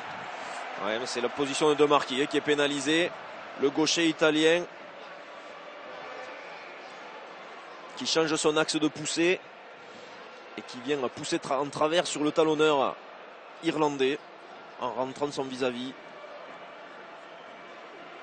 Et c'est 3 points presque cadeaux offerts à Kitley. Ouais. Alors, ceci dit, avec ce qu'ils ont déployé comme effort depuis le début de la mi-temps, au début de la deuxième mi-temps, on va dire que ces 3 points, ils les méritent presque, les Irlandais.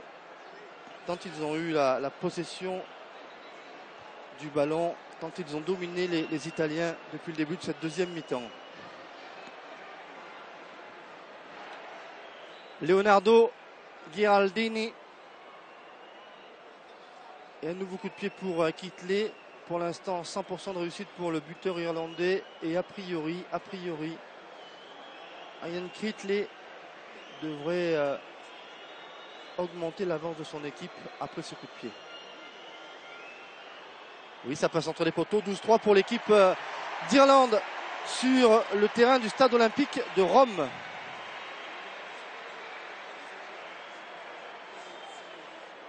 Allez, avec des Italiens qui vont devoir s'appliquer du côté de Aimona pour bien taper ce renvoi, afin de peut-être arriver enfin à mettre la main sur un ballon, car depuis 17 minutes en cette seconde période, aussi bien la possession que l'occupation sont totalement irlandaises, et les Italiens ne peuvent pas espérer s'imposer s'ils en restent à ça.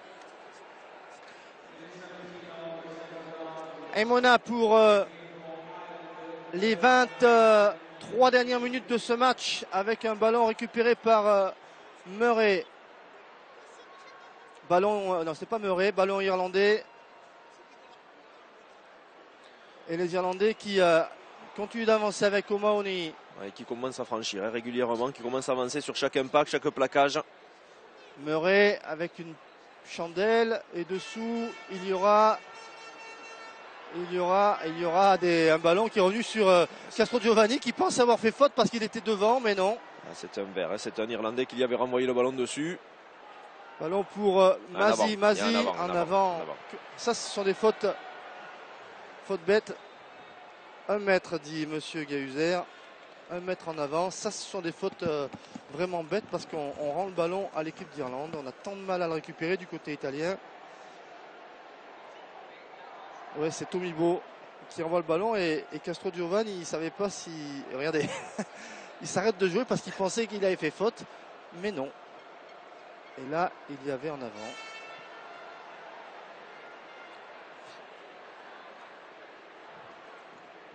On approche de l'heure de jeu au stade olympique de Rome. Et pour l'instant, eh bien, l'équipe d'Irlande continue sa série impressionnante de victoires. On vous le disait, en 2014, 9 victoires et 1 défaite seulement pour les Irlandais. 13-10 sur le terrain de Twickenham. C'était le 22 février dernier. Cette équipe d'Irlande, futur adversaire de l'équipe de France, la semaine prochaine dans le tournoi, puis au mois d'octobre en Coupe du Monde, eh bien cette équipe d'Irlande, elle est en pleine confiance avec Kitley qui fait reculer McLean, un peu avancé, voilà, qui trouve une belle touche. Qui joue bien, qui occupe le terrain. Ouais, c'est simple pour les Irlandais, hein, sur ces 20 dernières minutes, au vu des difficultés de la conquête italienne et de leur capacité à sortir de leur terrain. Eh bien, pour Kitley, c'est juste maintenir cette équipe d'Italie dans son camp et arriver à les contrer sur leur peu d'initiative, voire attendre que les Italiens rendent le ballon à l'arrière-garde irlandaise, avec Kearney, Zebo et Tommy Bowe, qui pourront à leur tour bien remonter, mettre un petit peu le feu dans la défense des Azzurri. Allez, un ballon alignement raccourci. Biaggi a pris ce ballon avec Parissé qui a cassé le premier plaquage de Cronin. Gori qui replace tout le monde, mais il y a 80 mètres à faire avec Ghiraldini. Et on va jouer au pied avec Mazzi qui est contré. Le ballon qui revient inlassablement dans les mains irlandaises avec Murphy. Ouais. Et oui, qui avance. Ouais, on commence à manquer les plaquages, on subit. Avec un ballon pour Sexton pour Kearney. Kearney, il est solide cet arrière irlandais.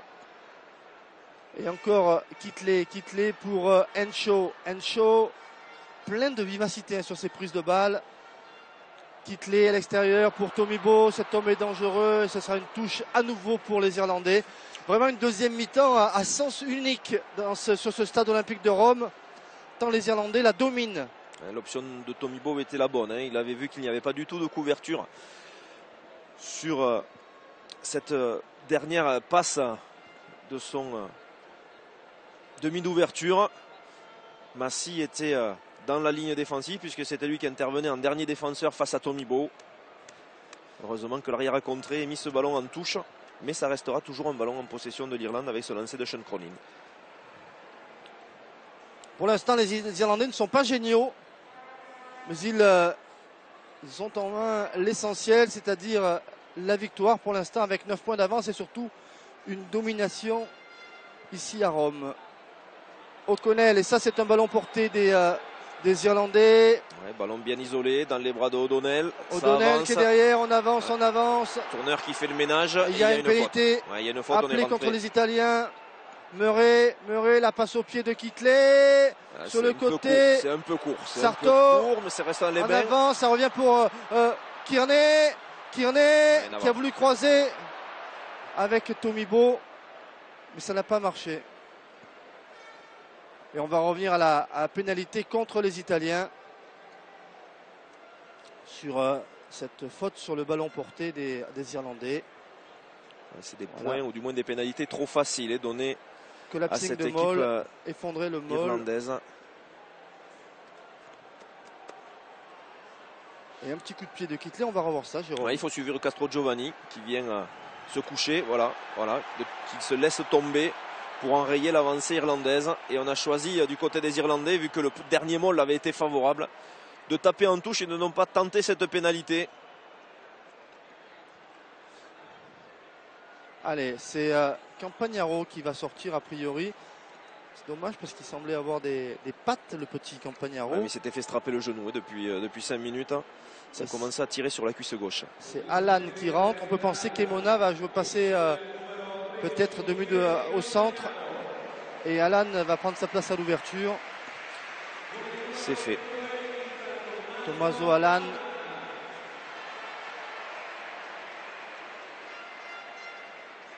L'ouverture de l'USA Perpignan, ce qui nous permet de dire que demain sur France 3, vous aurez droit à Perpignan contre Biarritz. Allez, la poussée des Italiens qui défendent dans les accès du côté irlandais. Ça avance, et ça maintenant, avance. On est en place, nouvel avantage en cours pour les Irlandais. Le talonneur qui était sur le côté, Fourneau qui était sur le côté aussi. Ballon pour les Irlandais pour peut-être le premier essai du match. On va revenir à la pénalité. Attention. Il en fait beaucoup. Il y aura un avertissement verbal. Ça fait la 4e pénalité consécutive. Il va lui mettre direct le carton jaune. Sans avertissement verbal pour autant. Auparavant, à moins qu'il ait averti Sergio Parisse et que cela nous ait échappé. Allez, les Italiens sont en difficulté et à 14 contre 15, ils vont être encore plus en difficulté. Que vont faire les Irlandais? Peut-être une nouvelle touche.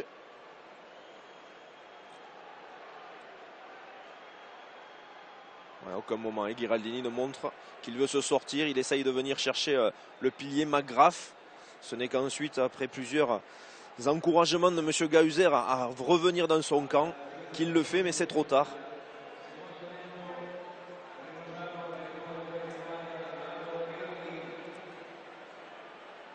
Allez, le lancer de Cronin. Et O'Connell qui a pris ça avec la vitesse de Murphy. C'était bienvenu. Ça va envoyer ensuite auprès de nouveau. On va attaquer cette ligne d'avantage. Murray pour Cronin. Cronin, tout près de la ligne des Italiens. Murray, il va tout seul essai. Essai de Conor Murray. Premier essai du match en faveur des Irlandais par leur demi de mêlée. Conor Murray qui aurait été l'un des Irlandais en vue dans cette partie. Et l'Irlande qui fait le trou, qui mène 17-3 avant la transformation. Oui, une belle alternance sur l'initiative prise par cette équipe d'Irlande. Les Italiens s'attendaient automatiquement à un ballon porté puisqu'ils avaient été châtiés sur cette phase de jeu lors des 2 dernières mises en place de Moll. Et bien cette fois-ci, après la prise de Paul O'Connell, on a de suite donné le ballon à Murphy qui a mis les gaz, qui a accéléré, qui s'est rapproché de la ligne. Une sortie plutôt rapide pour de nouveau renvoyer Cronin qui va ensuite lui aussi avancer et on part de suite vers les extérieurs. Un bon appel de la ligne de 3/4 qui attire aussi les défenseurs italiens. Conor Murray qui avait laissé traîner les yeux s'en aperçoit et n'a plus qu'à plonger pour faire les 10 petits centimètres qui lui restaient pour aplatir cette premier essai irlandais. Et transformé 19-3 en faveur de l'Irlande. Un petit quart d'heure à jouer encore ici au stade olympique de Rome, tandis que la pluie s'invite pour les dernières minutes de ce match, pour le dernier quart d'heure. Il y a Madigan, me semble-t-il, est rentré. À la place d'Encho.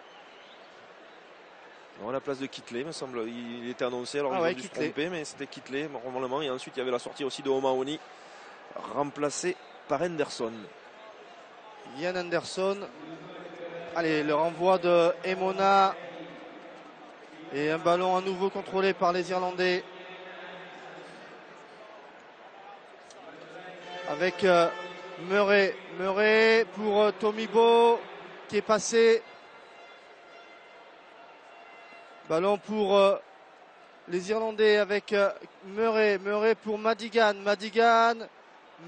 qui a donné sur le côté. Kearney pour Payne. Il n'y a plus qu'une équipe sur le terrain dans cette deuxième mi-temps. Murray à nouveau. O'Connell avec Allan qui essaie d'arracher ce ballon, il n'y parvient pas.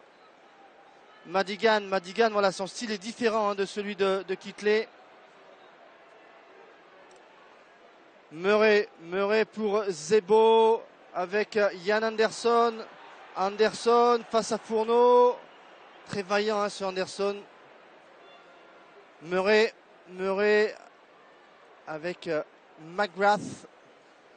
Madigan pour O'Donnell qui est passé et O'Donnell qui va inscrire le deuxième essai de l'après-midi. Quel essai de Tom O'Donnell, l'invité de dernière minute, qui a mis de la vitesse pour conclure ce gros mouvement anglais. Les Italiens qui payent leur des poches d'énergie.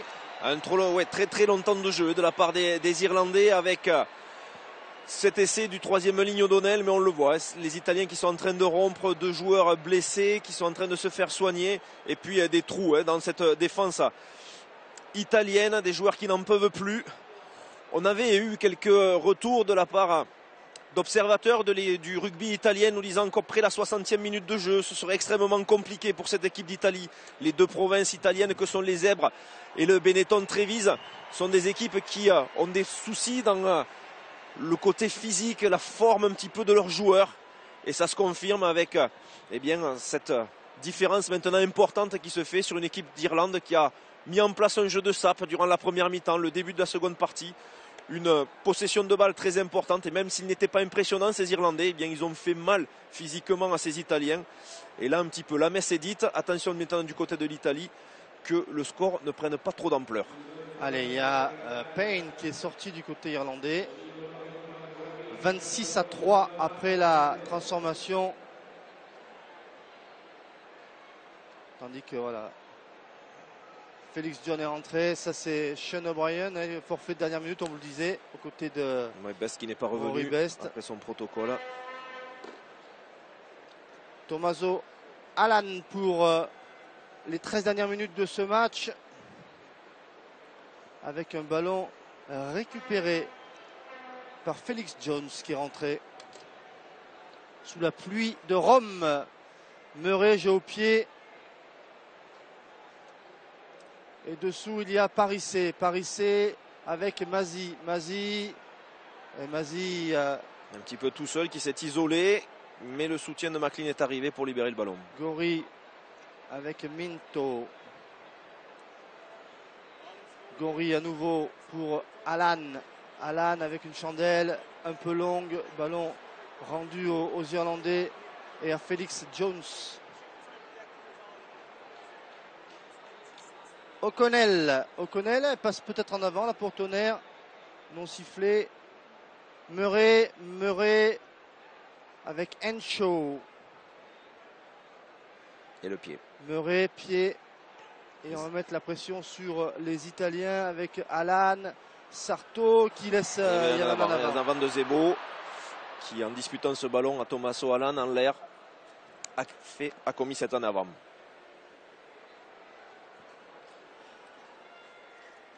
Allez, vous savez que vous avez la possibilité de gagner 2 chèques de 10 000 € pendant ce tournoi. Pour cela, répondez à cette question. Quel est l'emblème de l'équipe d'Irlande?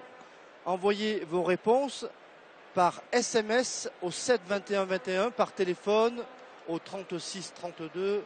Tirage au sort à l'issue du tournoi parmi toutes les bonnes réponses. Bonne chance à vous. Castro Giovanni, a priori, ne reviendra pas. Voyez là l'énorme domination irlandaise en deuxième mi-temps. Et on préserve quelques joueurs du côté de l'Irlande. Conor Murray qui sort et Isaac Boss qui rentre pour les 10 dernières minutes. On voit Manici, le jeune talonneur, qui est revenu pour la mi-temps. Et là, M. Gahuzer demandait si les 10 minutes étaient écoulées pour les cartons jaunes. Non, il reste 4 minutes 39. 4 minutes 39, durant lequel ils auront quand même pris 2 essais. L'infériorité numérique a pesé cher une nouvelle fois.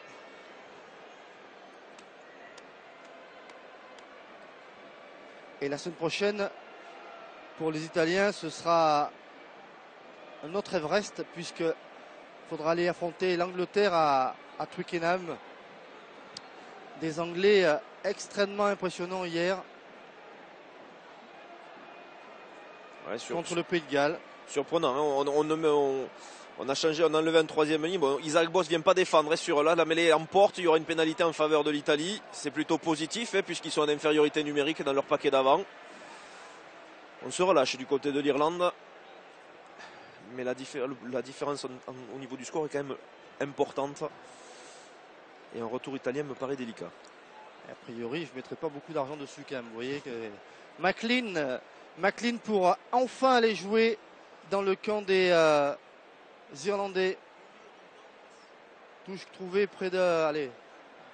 Bon, il n'est pas très généreux, monsieur Barnes. Petite touche avec le premier lancer de Manici.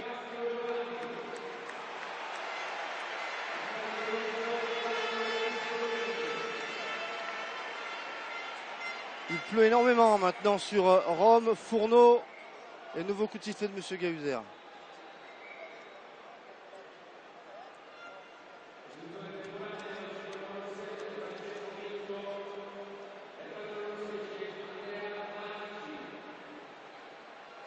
On voit Sergio Parisse, lancé de Manici, jeune talonneur.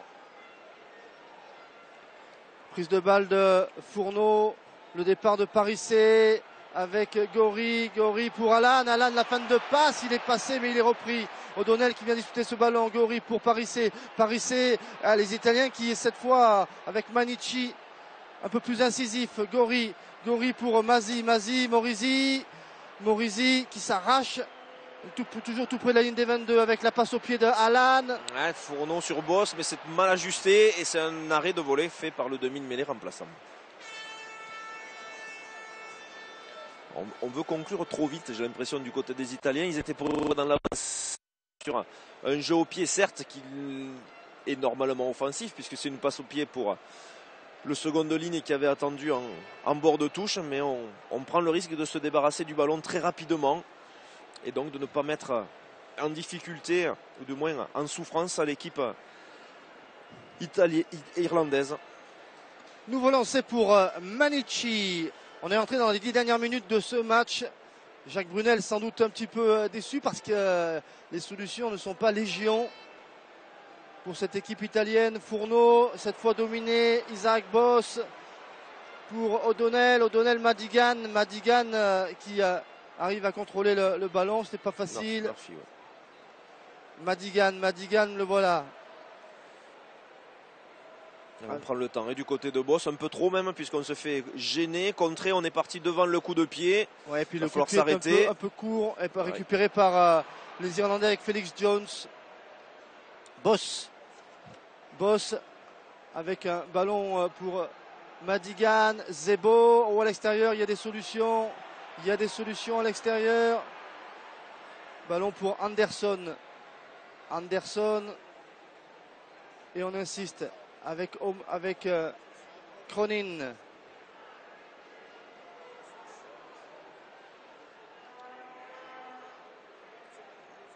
Boss, ballon en avant. Parisse, c'est un ballon de récup, ça. Parisse avec la passe pour Fuser. Perdu au contact, l'avantage n'est pas suffisant. Et on revient sur une mêlée.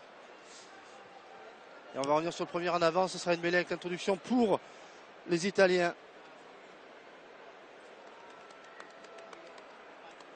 Allez, changement du côté des Italiens. C'est Minto qui devrait sortir pour revenir sur le terrain. Revenir plutôt, oui, puisque là... Voilà, mais le carton jaune n'est pas terminé. Toujours pas terminé.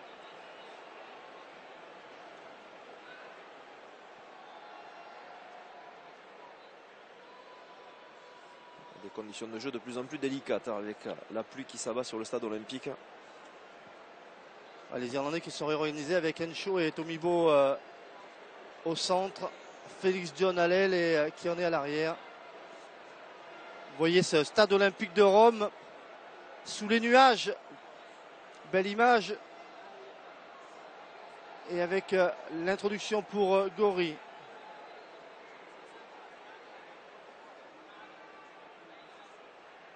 Voilà, Gori pour Alan avec Emona. Alan, ouais, c'est bien fait ça. Avec McLean, beau lancement de jeu là des Italiens. McLean et le ballon qui part en touche. C'est dommage parce que ça c'est un lancement de jeu intéressant de la part des Italiens. C'était très bien fait. Les passes étaient vraiment dans le bon timing. Dans la dernière de Massy sur un pas pour McLean. Bon retour défensif du côté irlandais pour venir plaquer le 3 quarts italien. On voit cette redoublée de Alan sur Emona et la passe de Massy. Et bon repli de Henshaw. Ouais, très bon retour de la part de Henshaw. La bonne couverture derrière de Kearney aussi au cas où. Allez, Barbini qui va revenir sur le terrain. Voilà, cette fois le carton jaune est terminé. On va revenir avec 15 Italiens.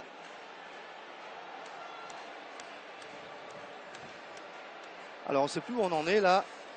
Il y en a deux qui rentrent, il faut qu'il y en ait un qui sorte. Fuser, Barbini et Minto. Et qui va sortir du côté italien? C'est Biaggi qui va sortir. Ouais.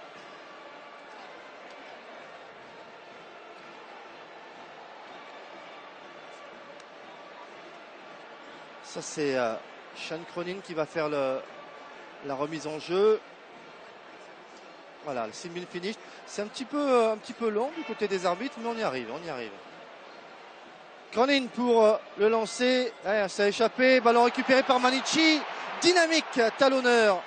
Manici, Gori pour Barbini. Gori avec Alan. Alan pour Emona. Emona qui vient affronter. Il est puissant. Anderson qui essaie d'arracher ce ballon.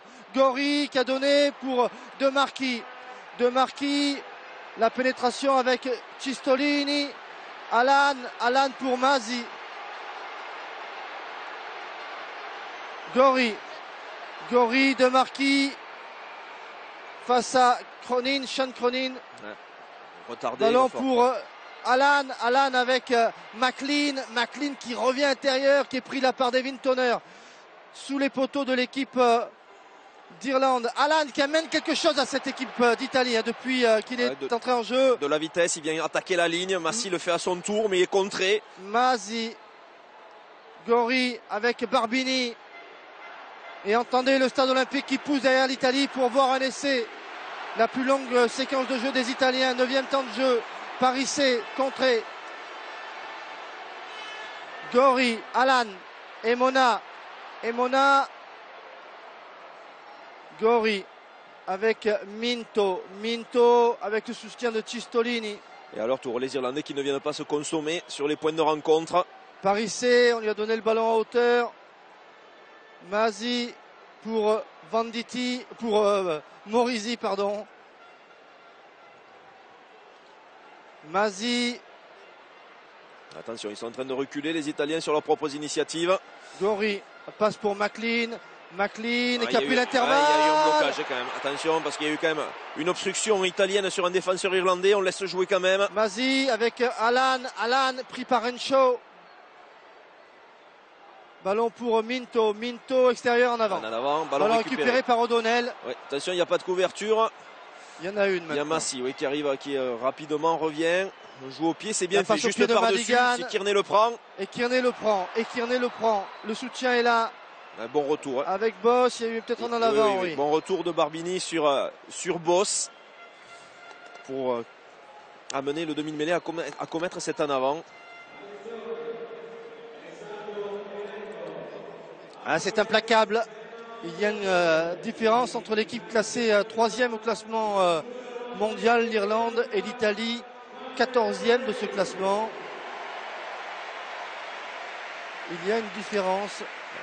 Un dernier changement, c'est Venditti cette fois-ci qui rentre avec la sortie d'Andrea Massy.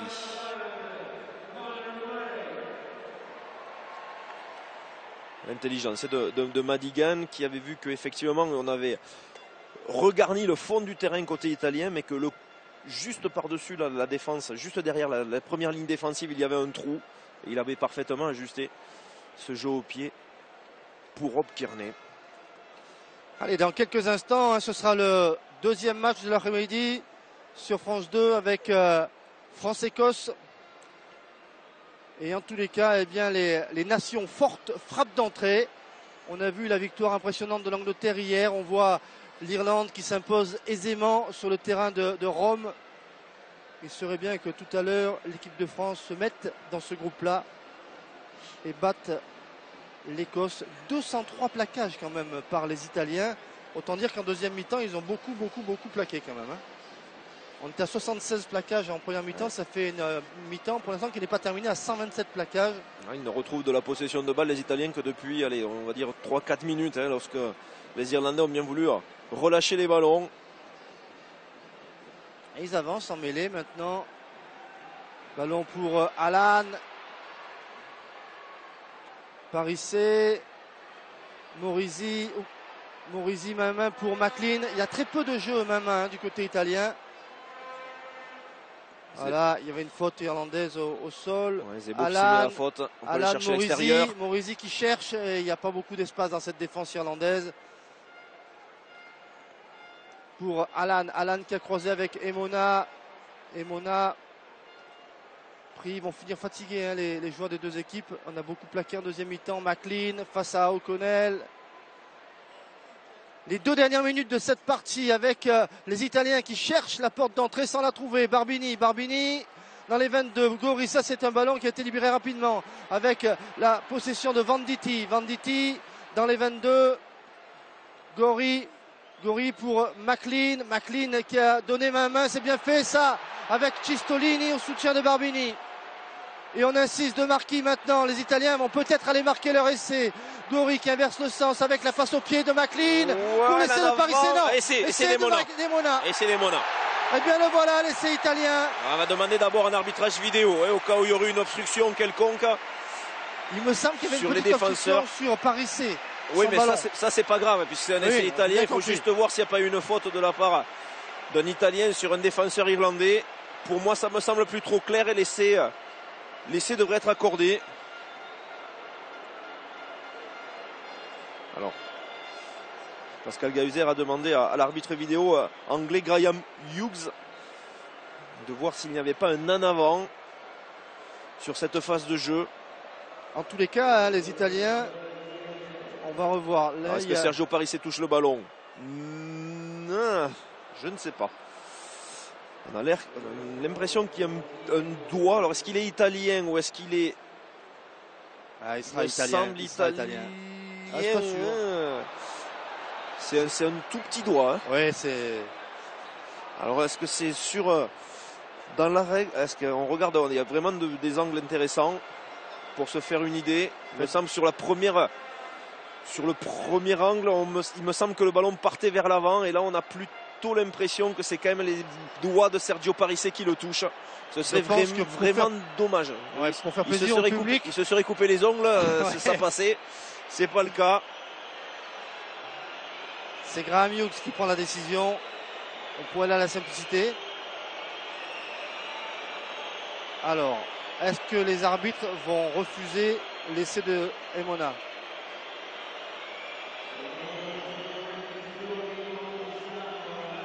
Il est à 5. Il ne va pas le donner, hein, l'essai. Essai refusé. Et ce sera un en avant italien. Et Emona déçu. Les Italiens, la foule italienne déçue parce que l'essai n'est pas accordé, mêlé avec l'introduction pour Isaac Boss a priori, puisqu'on revient sur un en avant italien. C'est sûr. Les Italiens, on les a vus dominateurs sur les dernières mêlées alors qu'ils étaient en infériorité numérique, donc peut-être essayer de récupérer ce ballon pour cette... Connormerait peut-être homme du match. Avec Yann Kittley, ils forment une très bonne charnière. On voit Simon Easterby, adjoint de Joe Schmidt, s'occupe de la défense. Simon Easterby, l'ancien troisième lignel de cette équipe d'Irlande. La dernière mêlée du match. Les champions auront pris un bon départ en s'imposant au Stade Olympique de Rome.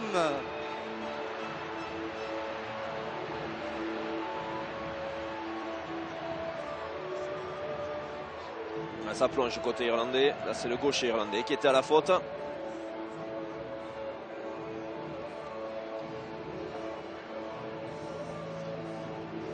Allez, on va bouger un tout petit peu, faire cette dernière mêlée. Dans 5 secondes, le temps réglementaire sera terminé. Et ensuite, on rejoindra rapidement Lionel Chamoulot pour le match entre la France et l'Écosse.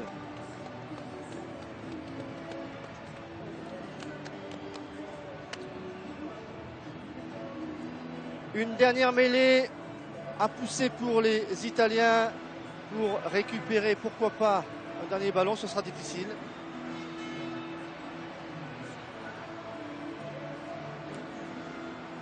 Et le ballon est contrôlé, ça s'écroule du côté irlandais, mais on va jouer, on essaie d'arracher ce ballon avec Fuser. Le ballon est irlandais, voilà, touche. Et fin de match. Touche, un coup de peigne et au lit, mais pas tout de suite. D'abord, on passe par le Stade de France pour le gros morceau de la journée, Lionel. Ce sera donc ce match entre la France et l'Écosse. On peut dire bravo aux Irlandais et les Italiens. Bien, ce sera à revoir la semaine prochaine à Twickenham contre l'Angleterre. Bon match à tous. Merci messieurs et bravo effectivement aux Irlandais, les prochains adversaires la semaine prochaine de l'équipe de France. L'équipe de France qui actuellement est sur la pelouse à l'échauffement. L'ambiance est nettement montée ici bien sûr au Stade de France. Le public commence à garnir les gradins.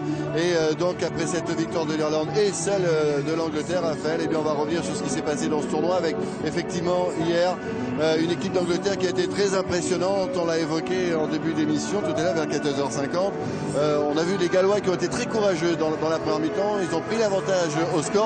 Mais ça n'a pas suffi pour ces Anglais qui ont été bluffants parce que tout le monde n'était pas là et ils ont réussi une deuxième période absolument incroyable. Ah oui, je pensais, moi le premier, que les Gallois avaient assez d'expérience pour maîtriser l'adversaire du jour, à savoir des Anglais diminués par les absences. Et d'ailleurs, c'était bien parti pour les Gallois avec un essai plein d'opportunisme de la part de Webb, le demi de mêlée, un superbe travail du troisième ligne centre Faletao qui parvient à libérer ce ballon. Mais c'est vrai que les Anglais ont été impressionnants parce que d'abord ils n'ont pas faibli mentalement, ils sont parvenus à trouver des failles dans la défense galloise, faisant preuve de beaucoup de justesse dans leur jeu, dans le collectif aussi. Il y avait beaucoup d'énergie, de détermination aussi dans cette formation anglaise. On le voit avec ce petit coup de pied de Mike Brown qui a été excellent par ailleurs tout au long de la rencontre. La justesse technique, la détermination pour revenir au score. Et ensuite, il faut le dire, une deuxième mi-temps tout à leur avantage avec du jeu direct, avec des opportunités. Ça n'est fallu de peu d'ailleurs pour que le score ne soit pas plus lourd. Et il y a quand même des joueurs dans cette équipe qui sont capables de faire la différence. On le voit avec cet essai, cette feinte de passe, comment le centre anglais se joue des défenseurs gallois. Vraiment, ils ont été impressionnants. Et le tournoi a été bien lancé parce qu'on a quand même eu l'opportunité hier soir de voir un match avec beaucoup d'intensité, beaucoup d'enjeux évidemment, mais beaucoup d'intensité et d'enthousiasme de la part des deux équipes. Et voilà Raphaël pour les deux premiers résultats. Victoire de l'Angleterre 21-16 et victoire de l'Irlande en Italie 26-3. Il nous manque un résultat. Le coup d'envoi, vous le savez, c'est à 18h, c'est France-Écosse. On va rentrer dans le match juste après la pub.